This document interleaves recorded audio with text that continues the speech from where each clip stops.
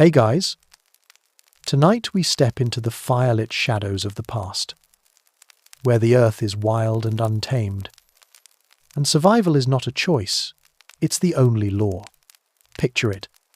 Endless forests stretch beyond the horizon, rivers gleam like silver snakes under the moon, and herds of beasts thunder across plains, so wide they make you feel like a grain of dust in a vast dream. The air smells of smoke and damp moss, of animal hide drying near the hearth, and the faint tang of flint freshly struck. But pause for a moment. Imagine if the Wi-Fi suddenly went out and the grocery store disappeared overnight. That's it. You're already living closer to prehistoric life than you'd ever want to admit. No phone, no fridge, no coffee machine, only your hands, your courage, and maybe a sharp rock if you're lucky. So, before you get comfortable, take a moment to like the video and subscribe, but only if you genuinely enjoy what I do here. And hey, drop your location and the time where you are in the comments. I'd love to see how far across the world we're gathering tonight. Now, dim the lights, maybe turn on a fan for that soft background hum, and let's ease into tonight's journey together. The story begins with you. The year is no year at all. There are no calendars, no clocks. You exist beneath a canopy of stars. The same ones we still see today, but brighter. Untouched by city glow. You crouch beside a fire, its glow painting your face in shifting orange patterns. The crackle is comfort, but also a fragile shield against the lurking dark where eyes, wolf eyes, bear eyes might already be watching. Around you, your small group huddles close. Family, kin, the only allies in a world that does not forgive weakness. The night is cold, and survival depends on more than warmth. Tomorrow you will rise before dawn to follow the herds, to track where the mammoth trails press into the earth, or to dig for roots beneath the frost. Every action must feed your body, clothe your skin, or sharpen your tools. You glance at your hands, scarred, calloused, but steady. Those hands are your future. Tonight, you learn the rhythm of survival. Fire, food, shelter, over and over, until it becomes not just routine, but ritual, because one mistake, one slip into carelessness, could mean the end. And yet, in the heart of such danger, there is wonder. The sky above feels like a story whispered just for you. The wind carries scents that mean more than words ever could. Rain coming, predator nearby, water hidden just beyond the ridge, and as you listen, as your heart beats with the crackle of the flames, you realize survival is not just about enduring. It's about learning to see the world differently, about knowing that every stone, every plant, every sound in the night holds meaning. The dawn creeps in slowly, bleeding pale light across the sky. You wake, not because you want to, but because the cold air insists on it. There are no blankets here, only animal furs stitched crudely together with sinew, smelling of smoke and musk. Your body aches from the hard ground, yet you rise, because rising is what keeps you alive. The fire has burned down to ash and glowing embers, and maybe you must stir it back to life. You squat low, blowing gently, feeding dry twigs until the flames leap again. That's the first victory of the day. Warmth reclaimed, predators kept at bay. But fire is more than safety, it is power. It cooks roots that would poison you raw. It hardens the tip of a spear. It forges trust among your people, because whoever keeps the fire earns gratitude. And in this world, gratitude can be the difference between being given food or going hungry. The hunt is next. You grip a spear taller than yourself, the wooden shaft polished smooth by many hands before yours. The point is sharpened, stone bound with animal hide, the best technology of your time. You move in silence with your group, bare feet pressing the earth softly, eyes scanning for signs, broken branches, hoofprints pressed deep into mud, the faint musk of herd animals carried by the wind. Imagine this. Your whole meal depends on your senses. No supermarket aisles, no late-night pizza delivery. If you fail today, your stomach stays empty. And an empty stomach weakens your body, which makes tomorrow's hunt even harder. Survival spirals quickly, and you know it in your bones. At last you spot them. A small herd of deer grazing in the misty clearing. The air thickens with tension as you and your kin crouch low, signaling to one another with subtle nods. Every step is careful, rehearsed, ancient. The world holds its breath as you creep closer, feeling the pounding in your chest louder than the rustle of grass. Then, chaos. A spear flies, a shout echoes, the deer scatter in panic. You charge, adrenaline surging, and for one fleeting moment you are both predator and prey, running in the same wild heartbeat. Your lungs burn as you sprint, the chill of the morning mist cutting into your throat with every ragged breath. The deer are swift, their bodies sleek and built for escape, weaving through the tall grasses and low brush with grace born of generations. Yet, you do not falter. Your feet slap against the wet earth, the mud splattering up your legs, and your hand tightens around the smooth shaft of your spear. The weight feels like both burden and promise. Each stride carries with it the raw truth. If you fail, your people will go hungry. The herd scatters in all directions, the thunder of their hooves shaking the ground beneath you. Your kin spread wide, each one shouting, whistling, throwing stones to drive the animals back into a tighter path. You keep your eyes fixed on one deer, smaller than the rest, lagging behind.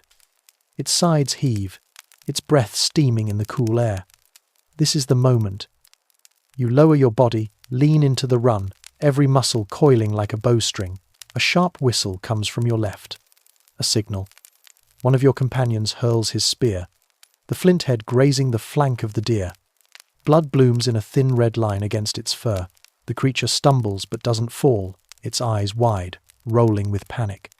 You surge forward, feeling the earth drum beneath you, and the world narrows until there is only you, the deer, and the spear in your hands. With a cry that rips from deep in your chest, you thrust. The tip sinks in. The deer collapses, its legs folding awkwardly. A shudder, tearing through its body. Before it stills, the forest holds its breath. The chase ends in silence, broken only by the rasp of your breathing and the distant calls of crows who have already seen what lies ahead for them. You stand over the fallen animal, chest heaving, hands trembling with the weight of both triumph and sorrow.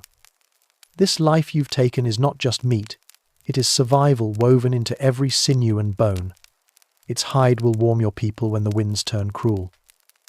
Its bones will become tools, sharp and purposeful. Its sinew will bind spears and stitch hides. Nothing is wasted, nothing can be. Your kin gather around you, their faces flushed with the heat of the run. Some clap you on the back, grins splitting their weathered faces. Others kneel by the animal, placing hands on its still warm body, whispering words of thanks into the cool air. Not thanks to you, but to the deer itself.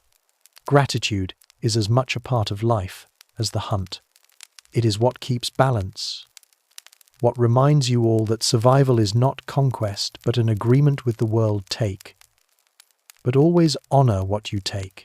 Together, you lash branches into a stretcher, your hands working quickly with practiced ease. The weight of the deer is heavy when you lift, but many shoulders make it lighter. The journey back is slow, deliberate. The forest seems more alive now, every sound sharper in your ears. The distant rustle of leaves could be nothing, or it could be wolves catching the scent of blood. A crow cries above, circling lazily, already waiting for scraps that will surely come. You shift your grip on your spear, its wooden shaft reassuring in your palm. If danger comes, you will face it together. As you walk, the trees begin to thin, and the faintest trace of smoke drifts toward you. Home. Relief steadies your tired limbs. Soon, the camp emerges from the tree-lined simple shelters of hide and wood, clustered around the steady glow of fire. Children run forward, eyes wide at the sight of the kill. Their laughter is sharp and bright, a rare sound in this hard life. The elders watch with quiet approval, their gazes heavy with pride and expectation. They know the deer is not just food, it is proof of your strength, your worth, your ability to keep the fragile circle of life intact. The butchering begins at once, knives of sharpened stone flashing in the firelight. Hands skilled by necessity work quickly, dividing meat, skinning hide, separating sinew. Nothing goes unused. Strips of flesh will be smoked over the fire to last the days to come. Bones will be cracked for marrow, the rich fat, a gift in lean times. Even the hooves will be boiled down to glue. Each piece is a resource, a fragment of survival. You sit by the fire as the first strips of meat roast, the savoury scent curling upward and making mouths water. Hunger gnaws at your belly, but tonight hunger will be silenced. For a little while, there will be enough. Around you, your kin speak in low voices, some laughing, others recounting the chase, hands gesturing wide with pride. The firelight flickers across their faces, carving lines of resilience and joy into features hardened by the world. And then it strikes you, this moment is more than survival. It is life itself, the taste of victory shared among many, the comfort of warmth against the dark, the sound of laughter rising above the crackle of flames. You realize that survival is not only about enduring the harshness of the earth, but about finding these sparks of joy, these fragile embers of meaning, even in the wilderness. The sky darkens once more, painted in streaks of deep red and violet as the sun sinks beyond the horizon. The deer has been skinned, its meat carefully divided, portions wrapped in leaves and hung above the fire to dry. The camp smells of wood smoke, roasting fat, and earth it clings to your skin, your hair, your very breath. You sit close to the flames, the warmth soaking into your tired limbs, your chest still heavy from the day's chase.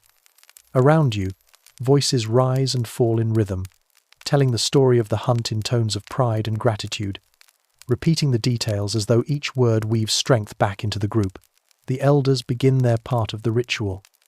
One crouches low, sprinkling a pinch of herbs onto the fire. The smoke curls upward, fragrant, carried into the night as an offering.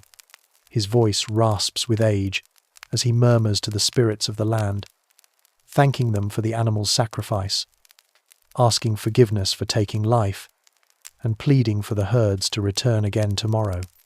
You watch the flames dance higher, and though you don't fully understand his words, you feel the weight of them in your chest. This is more than habit. It is the invisible thread that ties survival to meaning, and meaning to hope. The children gather near, their eyes wide as they listen. For them, the hunt is still a story, not yet a burden. They imagine themselves chasing deer with fearless strength, spears in hand, hearts unshaken. They mimic the calls and whistles they heard earlier, their laughter bubbling like a spring breaking through stone. You smile despite your exhaustion. One day they will take your place, and the cycle will continue, as it always has. The first meat is passed around on wooden skewers, charred at the edges, dripping with juice. The taste is sharp, smoky, rich with life. Every bite fills your mouth with warmth that spreads down into your belly, easing the gnawing hunger that has followed you since morning. There is no salt, no seasoning, no luxury. Only the raw truth of food. And yet, it feels like a feast. You chew slowly, savouring it, aware of how precious this moment is. As the night deepens, the fire becomes the heart of the camp. Shadows stretch long against the hides of your shelters, flickering and shifting with the flames. Someone begins to hum softly, a tune without words, just a pattern of sound that rises and falls like the rhythm of the wind. Others join in, their voices weaving together until the air hums with low harmony. It is not music as you know it, not a song with melody or chorus, but something more primal. The sound of survival given form, of belonging spoken into the dark. You tilt your head back, staring at the sky. The stars blaze brighter than any fire, scattered across the heavens in patterns you almost recognize. To your people, They are not distant suns, they are stories, ancestors, warnings, promises. The great hunter, the mother bear, the endless river of light. You trace them with your eyes, feeling a strange comfort in their permanence. Even when everything else changes, the animals, the seasons, the land itself, the stars remain. Perhaps they are guides, perhaps protectors, or perhaps they simply remind you that you are part of something vast and eternal. Your thoughts drift as the fire crackles, as the smoke stings your eyes and the meat settles heavy in your stomach. You think of the chase, of the moment your spear struck true, of the silence that followed. You think of the way your kin's hands pressed against the deer's body, offering thanks. You think of the wolves you heard in the distance, their howls carried faintly on the night wind. They are out there now, watching, waiting, living their own version of survival. In that, you are no different. Eventually, the voices grow softer, the laughter fading into quiet. One by one, your kin curl close to the fire, wrapping themselves in hides, drifting into uneasy sleep. You remain awake a little longer, listening. The night is never still. Owls call in the distance, branches creak under the weight of unseen creatures. The river murmurs somewhere far off, its steady song eternal. You feel the edge of fear, sharp and cold, but also the edge of wonder. This world is harsh, but it is alive, and you are alive within it. Finally, you pull your hide close around your shoulders and lie down, the earth hard beneath you, the fire warming your face. Your eyes close slowly, though you know you must wake again with the dawn. Tomorrow will demand more from you. Another hunt, another search for roots or berries, another fire to kindle against the cold. But for now, with the stars above and the fire at your side, you let yourself rest. Survival has been earned for another day, and that is enough. The chill of morning creeps into your bones before the sun even rises. The fire has dwindled to glowing embers, thin tendrils of smoke curling up into the pale light of dawn. You stir from your rest, stiff from the hard earth beneath you. Your body sore from the hunt. Around you, the camp slowly stirs as well. Some wake with quiet groans, rubbing their eyes, pulling hides tighter around their shoulders. Others rise quickly, knowing that the early hours are precious. The air is sharp, heavy with the scent of damp earth and ash, a reminder that every day begins with struggle. Your stomach rumbles. Yesterday's feast was fleeting. The memory of warm meat lingers, but hunger is a constant companion. Already the elders speak in hushed tones, discussing how long the meat will last, how to preserve it, how to stretch it until the next kill. Nothing is guaranteed, not tomorrow, not the day after. Every bite must be rationed, every scrap valued. It is not greed that drives your people, but survival itself. You rise, moving toward the river. The ground is wet with dew, your feet sinking slightly into the soil. Birds stir in the branches above, their cries sharp and shrill, echoing through the stillness. At the water's edge, you kneel and cup your hands, drinking the cold, metallic-tasting stream.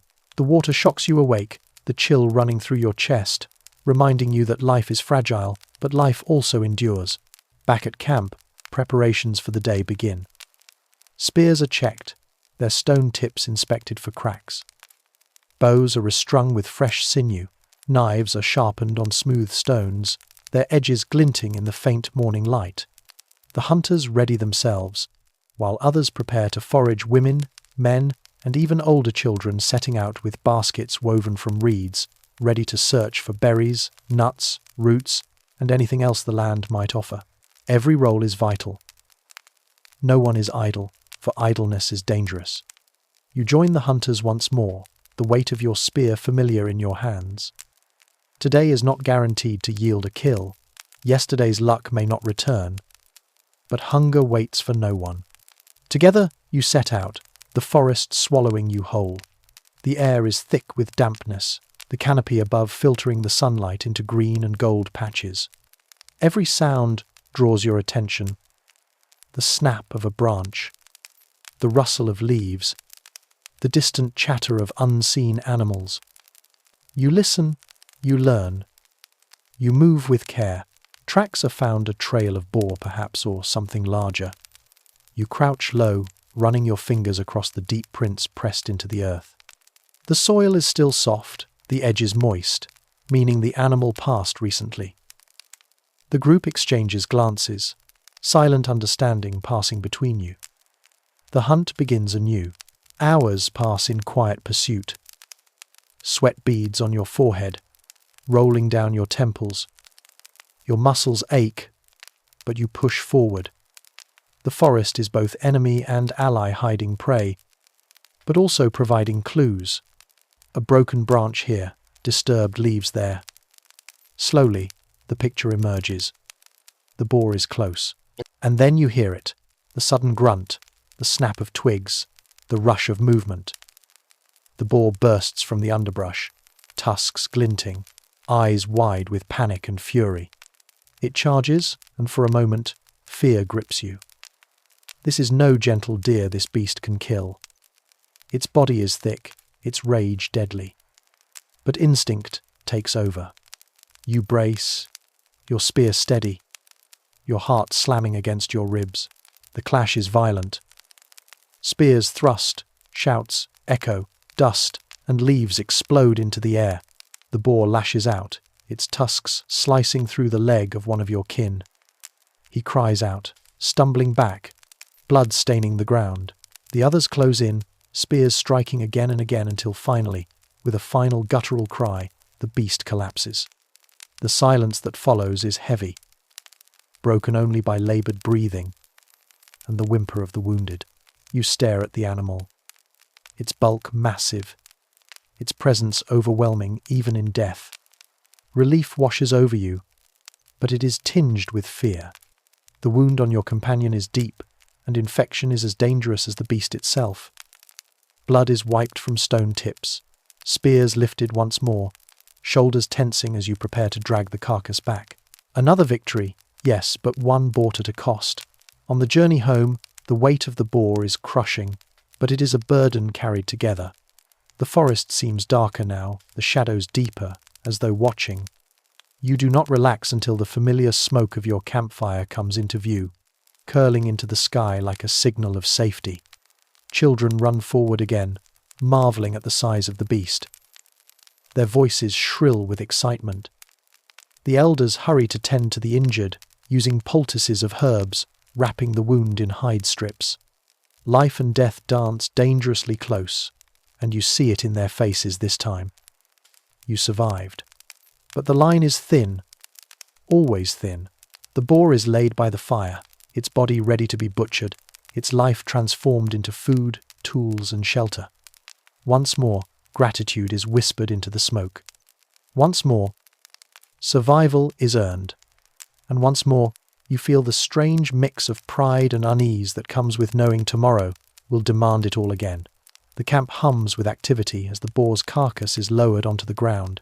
Knives of stone and bone flash in the firelight, each cut careful and practiced, dividing the heavy beast into pieces that can be used for every need. Thick slabs of meat are set aside for roasting and drying, while others are salted lightly with ash to slow decay. The hide is stripped, thick and coarse, destined to become coverings against the bitter wind. Tusks are pried free, gleaming pale in the firelight, already imagined as tools, weapons, or ornaments.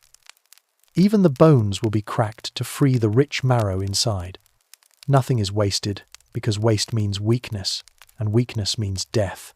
But tonight, the mood is heavier than before. The wounded hunter lies beside the fire, his leg bound tightly with strips of hide, the bleeding slowed but not stopped. His face is pale, his breaths shallow. Around him the elders gather with bundles of herbs, crushing leaves, mixing pastes, murmuring chants that are both medicine and prayer. You watch as they smear the wound with thick, pungent paste, wrapping it again with care. Infection is a silent predator, one far harder to fight than a boar. And though your people fight fiercely, you know deep inside that his fate balances on a knife's edge. The children are quieter tonight. Their eyes dart often to the wounded man, their laughter stifled, their play subdued. They sense the danger, even if they do not fully understand it. One of the elders pulls them close, telling a story in low, soothing tones, a tale of the first hunter, who fought a beast so large it blotted out the sun, who bled into the earth so that the plants might grow, who gave his life so that his people would live. The children listen wide-eyed, their small fingers twisting the fringes of their hides, comforted by the rhythm of the words. The fire burns hotter as the meat is laid across racks, fat dripping and hissing into the flames. The smell is thick and intoxicating, a reminder of plenty, even as fear lingers in the air.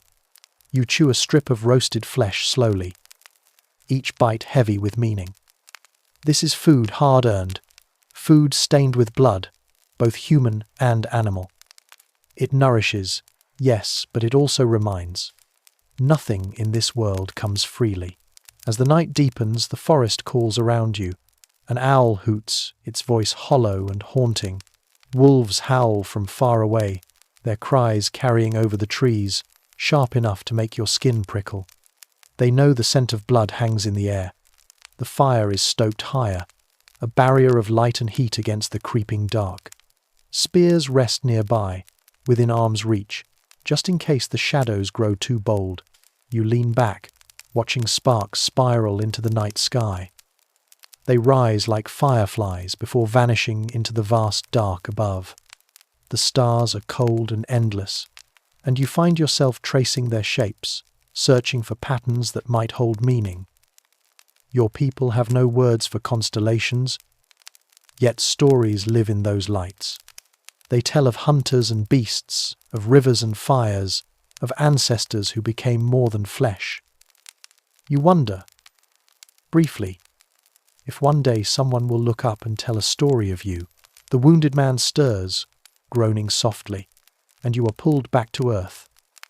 The elders check him again, their expressions unreadable. You see it then, the fragility of life, the constant gamble of every day. Survival is not just about skill with a spear or knowledge of plants. It is about luck, about the mercy of nature, about forces far beyond your control, and yet there is resilience here.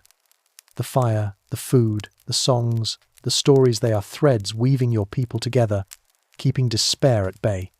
You realize that survival is not only the hunt, not only the fight against cold and hunger, but also the strength to find meaning, to share hope, to remind one another that life is worth the struggle.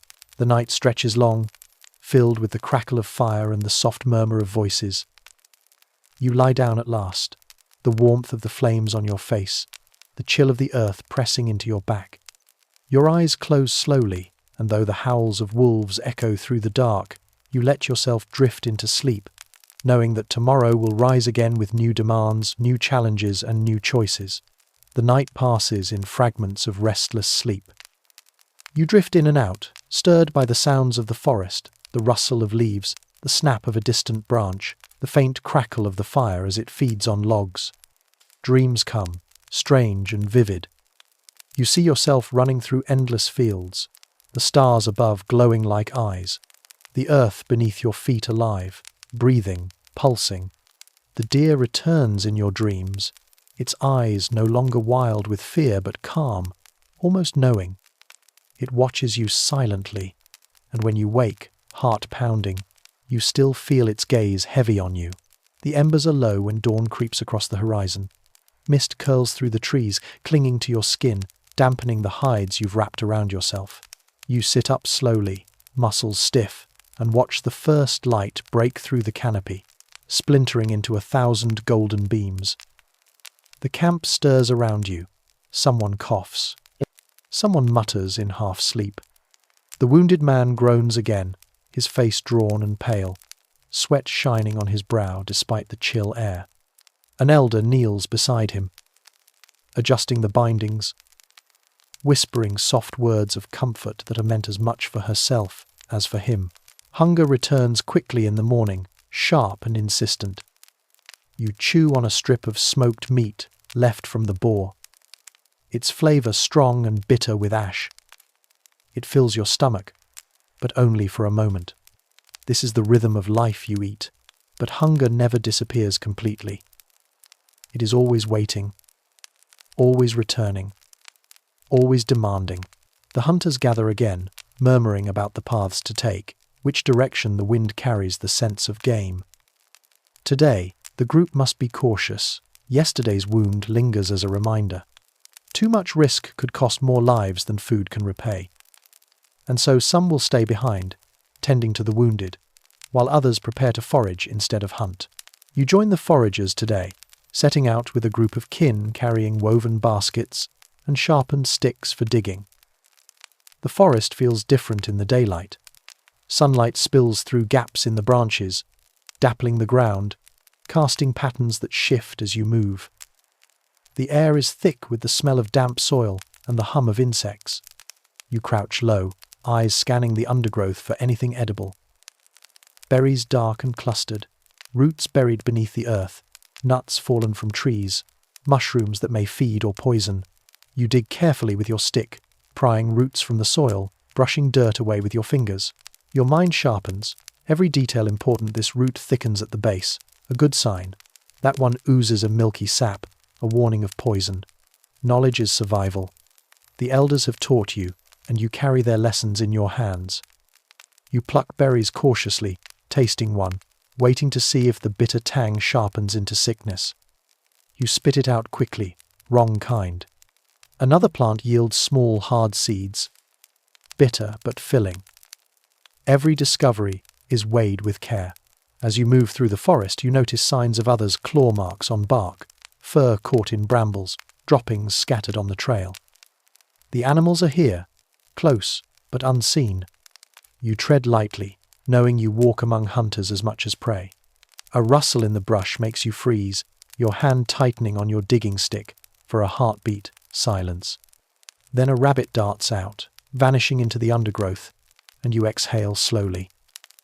Not danger? Not today. The baskets slowly fill. Roots, seeds, a handful of safe berries, a clutch of eggs found in a hidden nest. It is not much, but it is something. Enough to add to the stores. Enough to stretch the meat a little further. Enough to keep hunger at bay for another day. As you walk back toward camp, the sun now higher in the sky, you hear the distant rush of water. You follow the sound, finding a stream cutting through the trees, its waters glinting in the light. You kneel, filling skins with cold water, the liquid clear and refreshing. You drink deeply, feeling life return with each swallow. On the journey home, you notice how the forest never truly quiets. Birds call overhead, insects buzz, branches sway. Every sound is a message if you know how to listen. A certain bird's cry means a predator nearby. A sudden silence can mean the approach of something larger. Your ears strain constantly, reading the world like a language written in sound and movement. When you return, the camp greets you with tired smiles. The wounded man still breathes, his chest rising and falling shallowly, but the elders look worried. They whisper about fever, about herbs that might help, about the need for stronger medicine. One woman begins boiling a mixture of leaves and bark, the scent sharp and bitter, filling the air with hope disguised as smoke. The food is laid out, shared carefully. Children are given the best pieces, the sweetest berries, the softest roots, because they are the future, and the future must be protected. The adults eat what remains, their hunger gnawing but held in check. You eat slowly, savouring each bite, knowing that survival is not about plenty, but about patience. As the sun sets again, the fire is built high, and the people gather close. Tonight, voices rise not in song, but in stories. The elders speak of times when winters lasted longer, when food was scarcer, when entire groups vanished because they could not endure.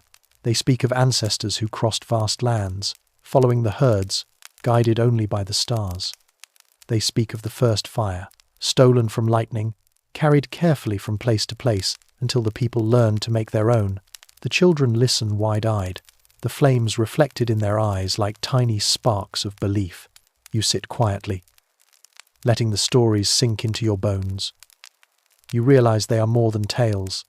They are instructions, warnings, guides. They are memory made into survival. The lessons of those who lived before echo through the words, teaching you how to live now. You glance at the sky, at the stars wheeling slowly above, and for a moment, you feel connected not just to your kin, but to all who came before, all who survived long enough for you to exist. The fire burns low, and sleep begins to pull at your eyes once more. You wrap yourself in hides, listening to the soft hum of the forest. Tomorrow will come, with its hunger, its dangers, its choices. But tonight, you rest, knowing that you have added one more day to the fragile chain of survival, one more step forward into the endless story of life. The night is long, but you sleep more deeply than before, your body heavy with exhaustion, your belly holding just enough to silence the ache. When you stir, it is not from hunger but from sound. The camp is alive before dawn. The voices of your kin low but urgent. The crackle of fire growing louder as fresh wood is thrown into the flames. You blink away sleep and rise, wrapping the hide around your shoulders against the biting cold. The air is damp, your breath puffing in pale clouds. At first, you think it is the usual morning preparations for foraging, tools being readied, but then you notice it. The mood is different, tense, sharp as flint. Your people are gathered close around the wounded man. His face glistens with sweat, his skin hot to the touch, though the air around is cold. His wound is angry and red. The smell of rot faint but unmistakable. The elders murmur quickly, their hands moving with practiced urgency as they grind herbs and smear thick pastes across his leg. His eyes flutter, half open, unfocused. The fever has him now. A silence falls over the camp, heavier than any words. You see it in their faces, the understanding that survival is never certain, that no matter how strong or skilled, the body sometimes fails. A young child asks if he will live. No one answers. Instead, the elders begin to chant, their voices low and steady, calling on the spirits of the land to guide him. You feel your chest tighten. You want to believe the herbs will heal him, that his breath will steady, that the fever will break. But deep down, you know that nature is both giver and taker, and that sometimes the fire of life is not meant to burn long. The camp cannot linger in sorrow. There are mouths to feed, fires to keep alive, dangers that wait in every shadow. Some stay behind to tend to the sick, while others prepare to move deeper into the forest in search of fresh game. You are among them. Your spear feels heavier than usual, not just with weight, but with the burden of what you left behind. The forest greets you with damp silence, mist rising like ghosts from the ground. Every step is cautious, your senses stretched thin. You hear the drip of water from leaves, the flutter of birds taking flight, the distant rush of a stream. For hours you track signs: a broken twig, a faint hoofprint pressed into mud, the smell of musk carried on the breeze. The hunt is endless work, patience woven with bursts of danger. Eventually, you find signs of something larger. Bison. Their prints are wide and deep, their dung fresh, steaming in the cool air. You crouch low, fingers tracing the marks, your heart quickening. The elders taught you that bison are both treasure and trial. They are beasts of immense strength, able to feed many mouths, but they are also dangerous, capable of crushing hunters beneath their hooves. Still, the risk is worth it. Hunger leaves no choice. You follow the trail carefully, moving as one, your kin signaling silently with hands and nods. The air grows tense. The forest thins, opening into a wide clearing. And there they are, massive, shaggy creatures, grazing slowly, their breath rising in clouds, their horns sharp and menacing. The ground trembles faintly under their weight. Your group circles wide, each person moving into position. The plan is clear. Drive them toward the waiting spears, isolate one, bring it down quickly before the herd scatters. But plans in the wild are fragile things. One misstep, one broken branch, one shift of the wind, and everything changes. It happens suddenly. A gust carries your scent forward. One bison lifts its head, nostrils flaring, Then another. A rumble grows from the herd, low and deep, vibrating in your bones. And then movement.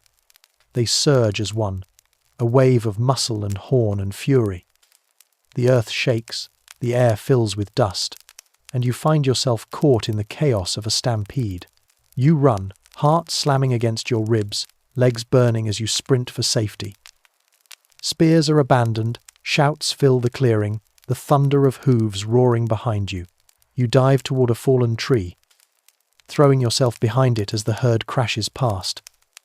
The ground trembling like the world itself might split. Dust chokes your lungs, your ears ring. Your body shakes with fear, and then silence. The herd is gone, leaving behind only churned earth, broken branches, and the pounding of your heart. Slowly, you rise, looking around. Your kin are scattered, some emerging from the trees, others limping, bruised, shaken but alive. No one speaks for a long time. You all know what this means. The hunt has failed. The day's effort has earned nothing. The weight of that truth presses heavily as you walk back toward camp, your body aching, your stomach already gnawing with hunger. You think of the wounded man, his fever burning hotter, and wonder if he still breathes. You think of the wasted day, of the herd that escaped, of the mouths waiting for food that will not come. Survival is not only about strength or skill, it is about enduring failure, about facing emptiness, and still rising tomorrow to try again. When you return, the fire is burning, but the mood is grim. The wounded man lies still now, his chest no longer rising. His family kneels beside him, their voices breaking as they sing softly, sending him into the night. The elders sit in silence, their eyes reflecting the fire's glow. You feel the ache of loss, sharp and unrelenting, cutting deeper than hunger. One life gone, and the world feels colder, but the fire burns on. It must. The meat from yesterday still hangs above it, drying. The children still laugh softly in the shadows, though their joy is dimmed. The forest still waits, holding both danger and salvation. You sit close to the flames, your spear at your side, your body weary but your spirit unbroken. Because in this world, grief cannot stop you. Hunger cannot stop you. Only giving up can. And so, even in sorrow, you know you will rise again tomorrow. The morning comes grey and heavy, the clouds sagging low like a ceiling about to collapse upon the world. You wake to the sound of raindrops whispering against leaves, a steady rhythm that seeps into your bones. The air is damp and raw, the kind that chills your skin before you even stand. Your people are already stirring, quiet as shadows, each face drawn with the weight of yesterday's failure. Hunger has grown sharp, an animal that gnaws from the inside.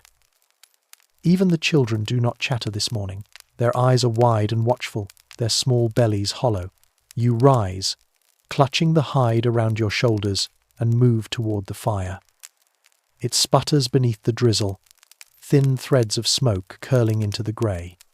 A woman kneels over it, coaxing the flames with dry moss she had tucked into a pouch, her hands trembling slightly but determined. Fire is more than warmth, it is life's heartbeat.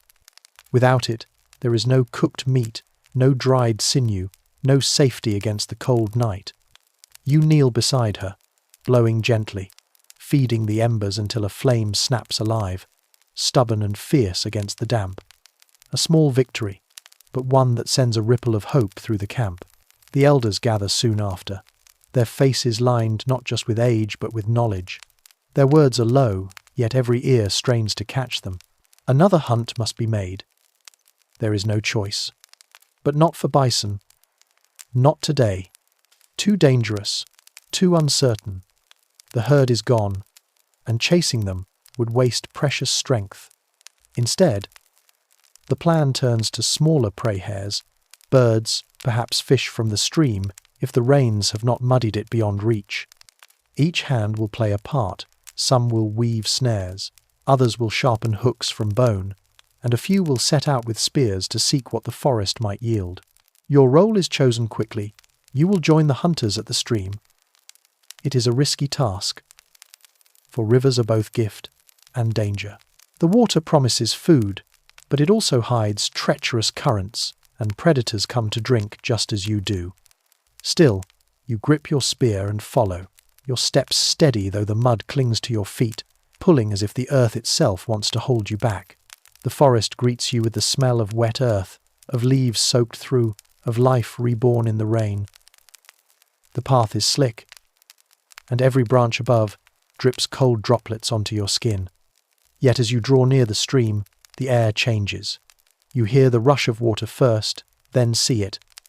A silver ribbon cutting through the trees, its surface rippling with life. Fish dart beneath, flashes of movement that stir the hunter's hunger in you. You crouch with your kin, spears lowered, eyes sharp. The trick is patience waiting for the right moment, when the fish draw near, when the spear can strike true. Minutes stretch long. The rain softens, the forest quiets, until you can hear your own breath. And then there, a glint of scales, a shadow sliding close. You lunge, muscles snapping tight, the spear plunging into the water with a splash. For a heartbeat, you fear you've missed.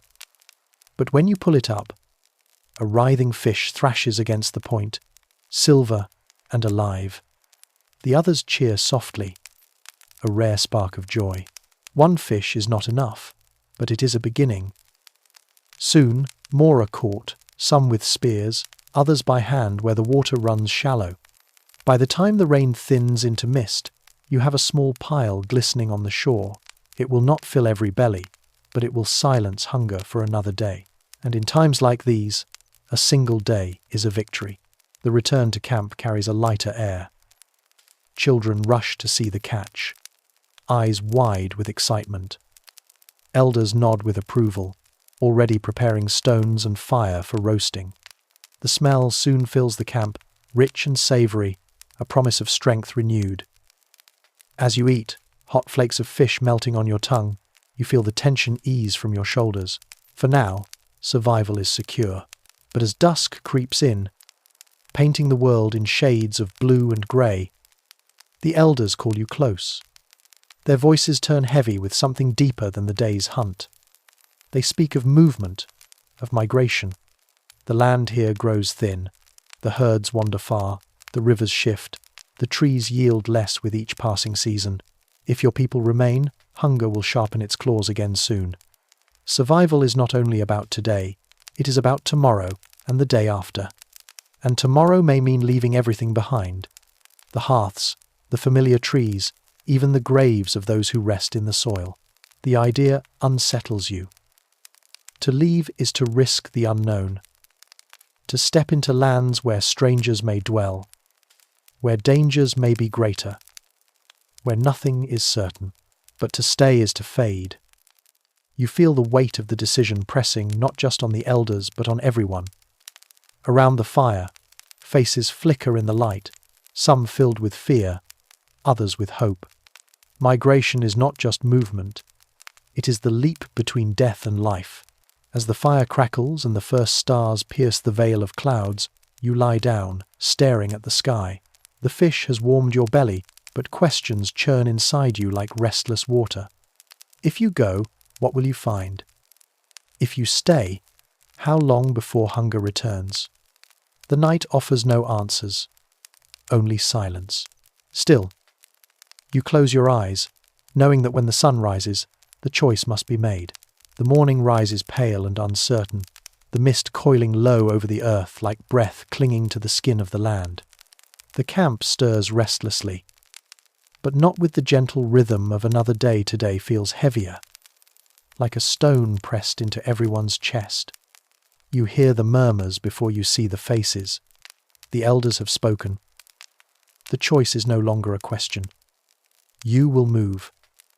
The tribe will leave behind the safety of the grove, the stream, the familiar paths carved into memory. There is no ceremony, no grand farewell. Only quiet hands gathering what little can be carried, bundles of dried fish wrapped in leaves, sharpened stones tied to cords, hides folded tightly against the body. The fire that has warmed the camp is left to burn itself into ash. There is no time to waste. The sky carries a strange weight this morning, its grey clouds edged with pale light, as though it knows you are about to step into something larger than yourselves. You walk. At first, the land is known: the familiar trees with their bent branches, the hollow logs where children once played, the stones where elders once sat to speak of the hunt. Each step forward tugs at you, for these are not just places but pieces of memory. Yet soon the forest thickens into shapes you do not know, shadows stretching differently, the ground growing soft with unfamiliar moss. The air itself feels changed, carrying scents that do not belong to your old home. Hours pass in a rhythm of silence, broken only by the crunch of feet against soil, the whisper of hides against skin, the occasional cry of a child carried on someone's back. Hunger gnaws, thirst presses, but no one dares to stop until the elders lift their hands. By then, the sun is high, though hidden by clouds, and you gather in a small clearing. Some collapse onto the earth, breathing hard. Others look around with wide eyes, uncertain if this place will shelter or betray them. You drink from a shallow stream, its water sharp and cold. You share a few bites of dried fish. But already the food seems smaller. Already the path ahead looms longer. Your people are strong, yes, but strength has limits, and limits bend faster when little ones cry for more than the earth can give. As you continue, the land begins to shift. The trees grow thinner, the ground harder, until rock juts through the soil like bones pressing against skin. Hills roll ahead, their slopes slick with rain and mist. The climb is difficult. Every step feels as though it drags you back, pulling at your calves, burning your breath. But the view from the top, the view makes you stop. You see a world stretching vast and endless, far beyond the forests you once thought were infinite. Valleys run like rivers of green, wide plains dotted with herds that shimmer in the distance, too far to name but alive, moving like waves of life across the horizon. Mountains loom in the far haze, sharp and ancient, their peaks clawing at the clouds. You realize, with a shiver, that the world is not small, it is impossibly large, and you are only one thread in its endless weave. The sight fills you with both awe and fear. For in such vastness, you are nothing but a fragile breath. Yet perhaps that is why your people endure, because to be small is to adapt, to find ways to live in places that could swallow you whole. The descent from the hill is harsher than the climb. Loose stones slip underfoot, sending some scrambling for balance. A child cries out after falling, but no bones are broken, and the march continues. You begin to notice signs of others, faint charcoal stains on stone, branches cut clean, the faintest trace of footprints softened by rain. You are not alone in this land. Whether that means danger or kinship, you cannot yet know. By dusk, you reach the edge of a plain. The grass sways waist-high, rippling in the wind like the surface of a restless sea. Here, the elders call a halt. A fire is built, small and cautious, its smoke hidden by the thick air. You huddle close to the warmth, stomach hollow but heart beating steady. Around you, the night rises. Crickets sing, owls cry, and somewhere far across the plain, a deeper sound rumbles, the low, haunting call of beasts larger than any you have faced before. Sleep does not come easily. The earth feels strange beneath your back, the sky strange above your eyes. Yet as you close them, you remind yourself of something simple. Every place that once felt familiar was once new. Every fire your people have ever built was kindled in darkness. Tomorrow will be harder, yes, but tomorrow will also bring a chance. The dawn arrives not with brilliance, but with a pale, muted glow that seeps through a veil of clouds. The grasslands are heavy with dew, each blade tipped with silver that dampens your feet as you move. The tribe rises slowly, stiff from a night of uneasy sleep on unfamiliar ground, but there is no time to linger. The elders are already murmuring in quiet clusters, scanning the horizon, weighing paths unseen to you. You can feel it in their silence. Each decision now is heavier than any stone, for every wrong step may mean hunger, or worse, death. The children stir, rubbing their eyes, their breath fogging the air. Some cling to their mothers, others run their hands through the wet grass with fascination, still innocent enough to find beauty even in uncertainty. The hunters gather their weapons, spears strapped with stone points sharp enough to glint faintly in the dim light. They test the bindings with careful hands, because even one loose knot can mean failure when the moment to strike comes. The fire from the night before is stamped out completely, the ash scattered so no trace betrays your presence. You move forward, carrying only what you must, leaving behind the fleeting comfort of warmth. The plain stretches ahead in an endless sweep of swaying green. Every gust of wind shifts the tall grass, hiding the land beneath it, making you feel both concealed and exposed. Your senses heighten, every rustle making you tense. Somewhere, hidden in the waves of grass, movement stirs, whether prey or predator, you cannot yet tell. The sky opens wider here, vast and unbroken, and you feel smaller than ever, a fragile figure moving beneath a dome of endless grey. The march is slow, deliberate. Feet sink into soft earth, wet from the night's mist. The air carries the musk of beasts, the faint tang of distant rain. You see signs, hoofprints pressed deep into mud, droppings scattered, trails carved by herds as they moved. Life teems here, though it remains unseen. The hunters whisper among themselves, pointing, gauging, already mapping the possibilities of pursuit. The tribe needs food. The dried fish and scraps from the boar are dwindling. To survive this crossing, you will have to risk everything for a kill. Midday rises, the clouds breaking just enough for the sun to burn down with a pale, weak light. Hunger sharpens. The children's steps drag. A mother hushes her infant with a lull that sounds more like a prayer. Then, at last, one of the hunters signals, crouching low, his hand raised. The tribe stills as though turned to stone. You crouch, too, following his gaze. The grass parts ahead, rippling unnaturally. Not from wind, but from bodies moving through it. You hear them before you see them. A steady crunch, a rhythmic snort, the low rumble of breath, and then they appear. A herd emerges, massive creatures with shaggy coats and curved horns like crescents of bone. Their size alone stuns you, shoulders towering, hides thick, eyes dark and watchful.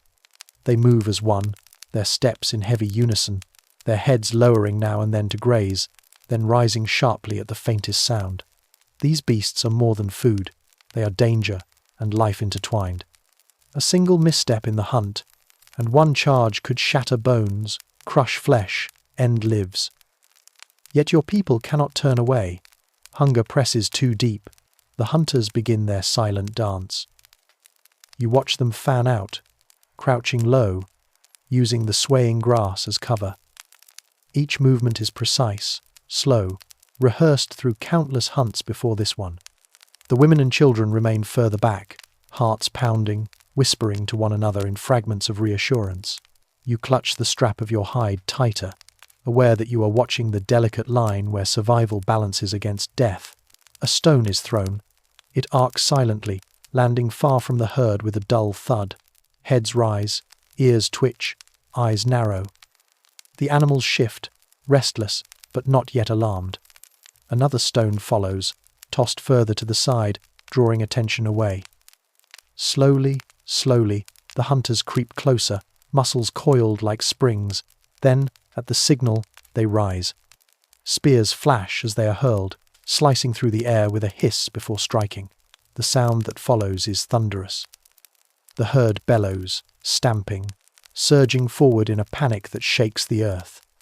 Dust rises in a choking cloud, grass trampled flat beneath dozens of heavy bodies.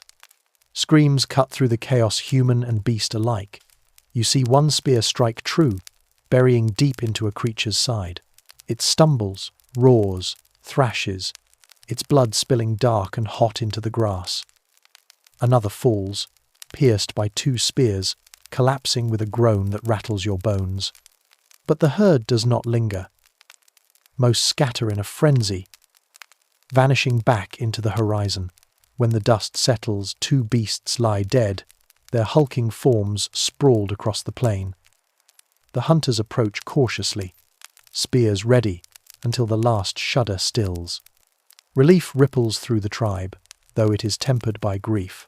One hunter lies crushed, trampled in the chaos, his body broken. His wife wails, her voice piercing, raw, the sound of love and loss in a single note.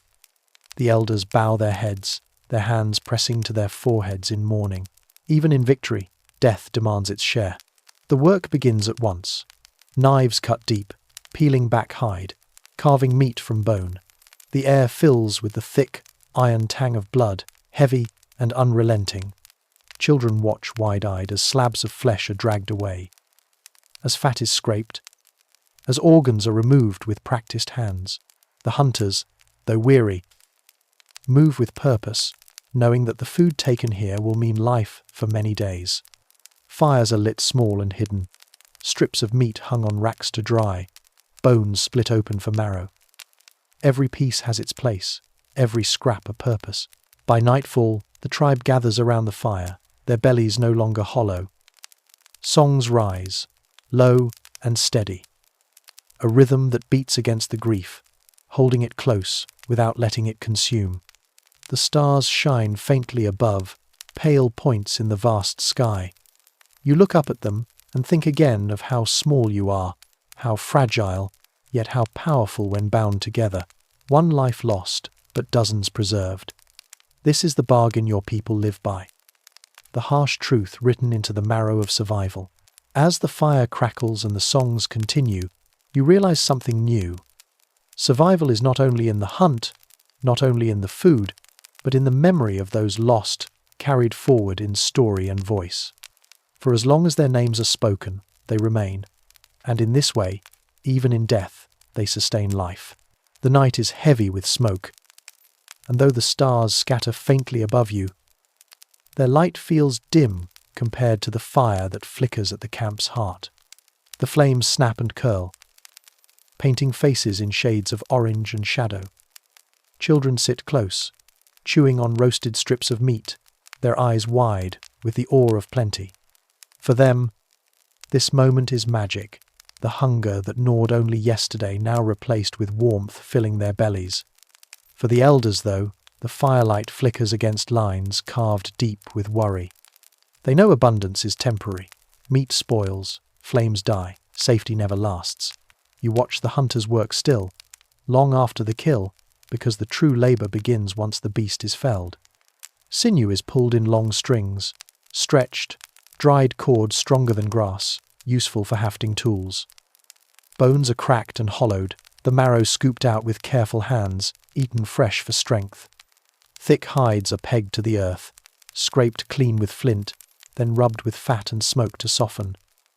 You smell the tang of iron blood on your fingers, in your hair, clinging to your skin. It is a smell you cannot wash away easily. Close by, women hum quietly as they slice strips of meat thinner than your palm, hanging them on frames built from branches. Smoke coils around the meat, seeping deep, curing it for days ahead. This is how you stretch life forward, bite by bite, strand by strand. Imagine if your refrigerator at home failed, and all you had was fire and wind to keep your food from rotting. You'd suddenly realize how clever your ancestors had to be just to make tomorrow's meal possible. The children laugh now, their bellies full, tumbling about in the grass as though grief had not walked through your camp hours earlier. Yet even they fall quiet when the elders begin to speak. Their voices are low, a rhythm carried not just in words but in tone, in the silence between them. Stories, warnings, lessons etched into memory because there is no paper, no ink, no other way to hold them. You lean closer, listening as one elder tells of a great hunt long ago when the people starved, and how only by following the stars did they find new herds and water. Another speaks of beasts larger still, so massive the earth trembled, their tusks like curved trees of bone creatures the children gasp at, even though no one here has seen such giants in many seasons. The fire pops, sparks spiraling upward like fragments of stars.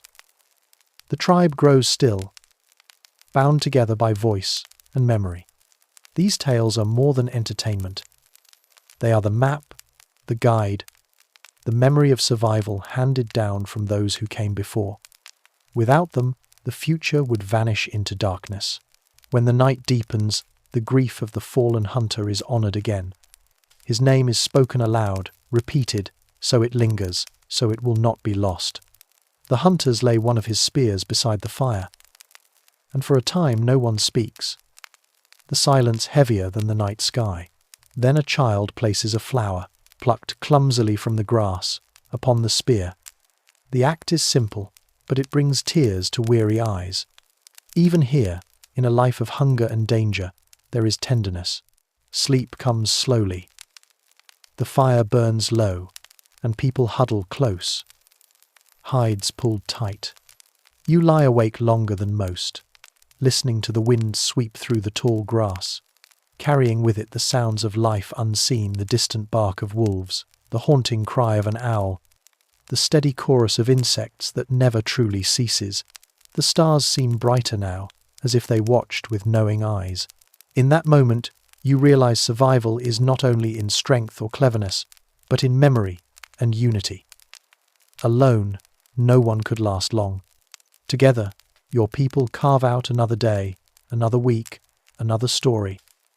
And as you drift towards sleep, you feel that fragile thread stretch one breath further, binding you to those before and after you.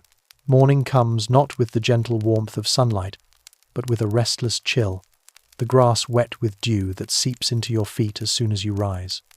The fire is no more than a curl of grey smoke, its heat gone, leaving only the faint smell of ash clinging to everything you own. You stir stiffly, hunger biting again, though you ate well last night. It doesn't matter, hunger is a rhythm here, as constant as breath. Sometimes sharper, sometimes softer, but never absent. You chew a strip of smoked meat, the taste smoky and leathery, not enough to fill you, just enough to remind you of why you keep moving. The tribe gathers quickly. There is no such thing as lingering. The earth does not wait. The elders lead, their steps steady, even as their backs curve with age.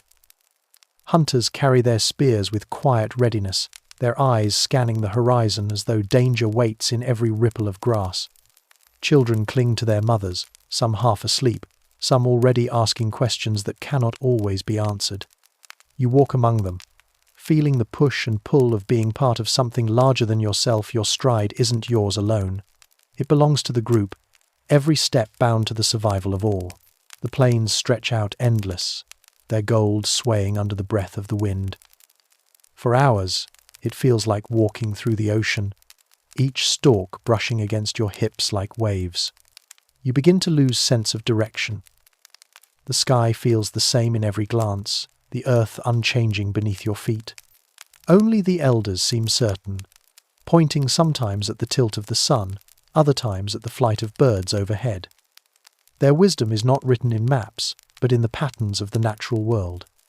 Imagine navigating your city without street signs, without GPS, only by watching where the shadows fall or which birds are circling suddenly. Every step feels like both a gamble and a miracle. By midday, the heat presses down, heavy and unkind. Lips crack, throats ache. You long for water, and so do the others. You see it in their eyes, in the slow drag of their feet. Children cry softly, their voices weak, while mothers whisper songs just to keep them walking. And then, at last, a change. The grass thins, the earth dips, and in the hollow of the land you find it. A stream. Not wide, not deep, but alive, water trickling over stones, flashing light like shards of glass in the sun. The relief is almost painful. People fall to their knees, cupping hands, splashing faces, drinking until their bellies ache. You do the same. The water shockingly cold, sharp in your throat, but sweeter than any feast. For a time, you all linger there, some lying in the shallows, some filling gourds made of hollowed wood. Children laugh again, kicking water, their earlier cries forgotten in the joy of this discovery. But even in such moments, caution lingers. One hunter walks upstream, eyes sharp, to see if others have left signs of use tracks, discarded tools, or worse, remains. Another circles wide around the gathering, searching for predators who might claim this same source. Water sustains, yes, but it also gathers life together. And where life gathers, conflict waits. By late afternoon, the march resumes. The air cools slightly, shadows stretching longer across the land. The tribe finds a cluster of trees and decides to settle for the night. Branches are gathered, hides stretched, fire sparked with stone and tinder.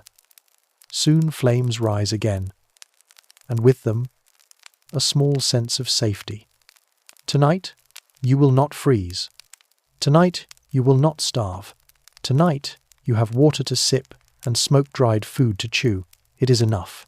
As the fire crackles, the elders begin again, not with warnings this time, but with guidance. One explains how the stars are not random, but a map above your head, a pattern that repeats and can be trusted when the earth offers no clue. Another shows how to tell if a storm is coming. By the sudden silence of birds, by the taste of the air, by the way clouds stack like stones in the sky. You listen, and you understand. These lessons are the true inheritance of your people. They are not things you can hold in your hands, but they are worth more than any weapon, because they keep you alive. The children grow drowsy first, curled against their mothers, their small breaths steady. Hunters take turns keeping watch, spears across their laps, eyes always scanning the dark beyond the fire's glow. You too linger awake, your thoughts restless. Somewhere out there, across the plains, across the hills, across the unknown, lies the promise of something more than just survival. You don't know when or if your people will find it. But you know one thing clearly. Every step, every choice, every fire lit in the dark brings you closer to that future. The storm has passed, but its memory lingers in the smell of damp earth and the way the air feels raw, like the land itself has been scoured clean. You wake to the muted dripping of water from the cave ceiling, droplets falling with steady rhythm into shallow puddles. The tribe stirs slowly, bones aching from the hard stone floor, hide still clinging with the stubborn chill of yesterday's rain. There is no hesitation, though everybody knows storms are only pauses, never endings. Survival cannot wait for comfort. You step outside the rocky shelter, and the world has transformed. Grass flattened by wind shimmers with beads of water, the sky still grey, but opening in patches where sunlight presses through. Pools of water dot the plains, shallow but gleaming, already drawing birds that dip and dart with sharp cries. The storm has left gifts as well as scars, and the elders are quick to point them out. Rain means fresh tracks, softer ground where prints are clear. Animals that survived the storm will be slower, weaker, and in need of food and water themselves. This is a hunter's chance. The hunters split off, their movements quiet and purposeful, leaving the rest of the group to begin gathering. You join them in the slower work, searching the soaked ground for signs of plants worth keeping. The earth smells strong, rich, and almost sweet, and as you dig carefully with a stick, you find roots thick and pale, tangled deep in the wet soil. They taste bitter when chewed raw, but the elders insist on their value. Energy, warmth, strength for walking. Children follow their mothers, learning to recognize the difference between safe leaves and those that will sicken the stomach. One leaf smooth and bright is harmless, but its cousin, nearly identical except for faint spots, carries poison that can burn your insides for days. Knowledge is not just power here, it is protection sharper than any spear. The tribe works quietly, but the silence is not heavy. There's a rhythm to it, digging, gathering, rinsing, tying bundles with strips of hide. Some women use stones to crush roots into a pulp, mixing them with water to soften the bitter taste. Others pluck berries cautiously, testing them against the skin before daring to chew, remembering old lessons that colour alone is no promise of safety. You realise this is as important as the hunt, maybe more so, because roots do not flee and berries do not fight back. They are the steady thread that weaves the gaps between feasts of meat. Meanwhile, the hunters return in pairs, their faces unreadable until they drop their spoils onto the ground. A young deer, its body slick with rain, carried by two men on a makeshift stretcher of branches. Relief ripples through the tribe. There will be meat tonight, and hides to patch shelters, sinew for binding, bones for tools.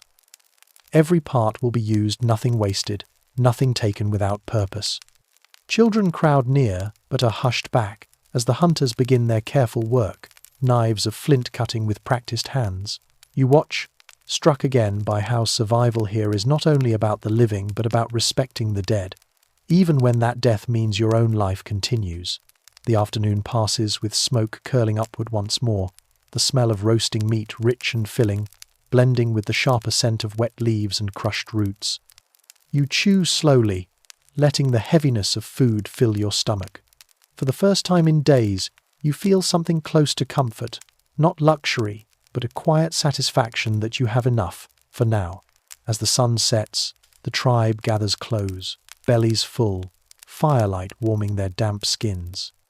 Stories rise again, told between bites and laughter, of storms far worse than this one, of ancestors who lived through winters so brutal that entire rivers froze solid.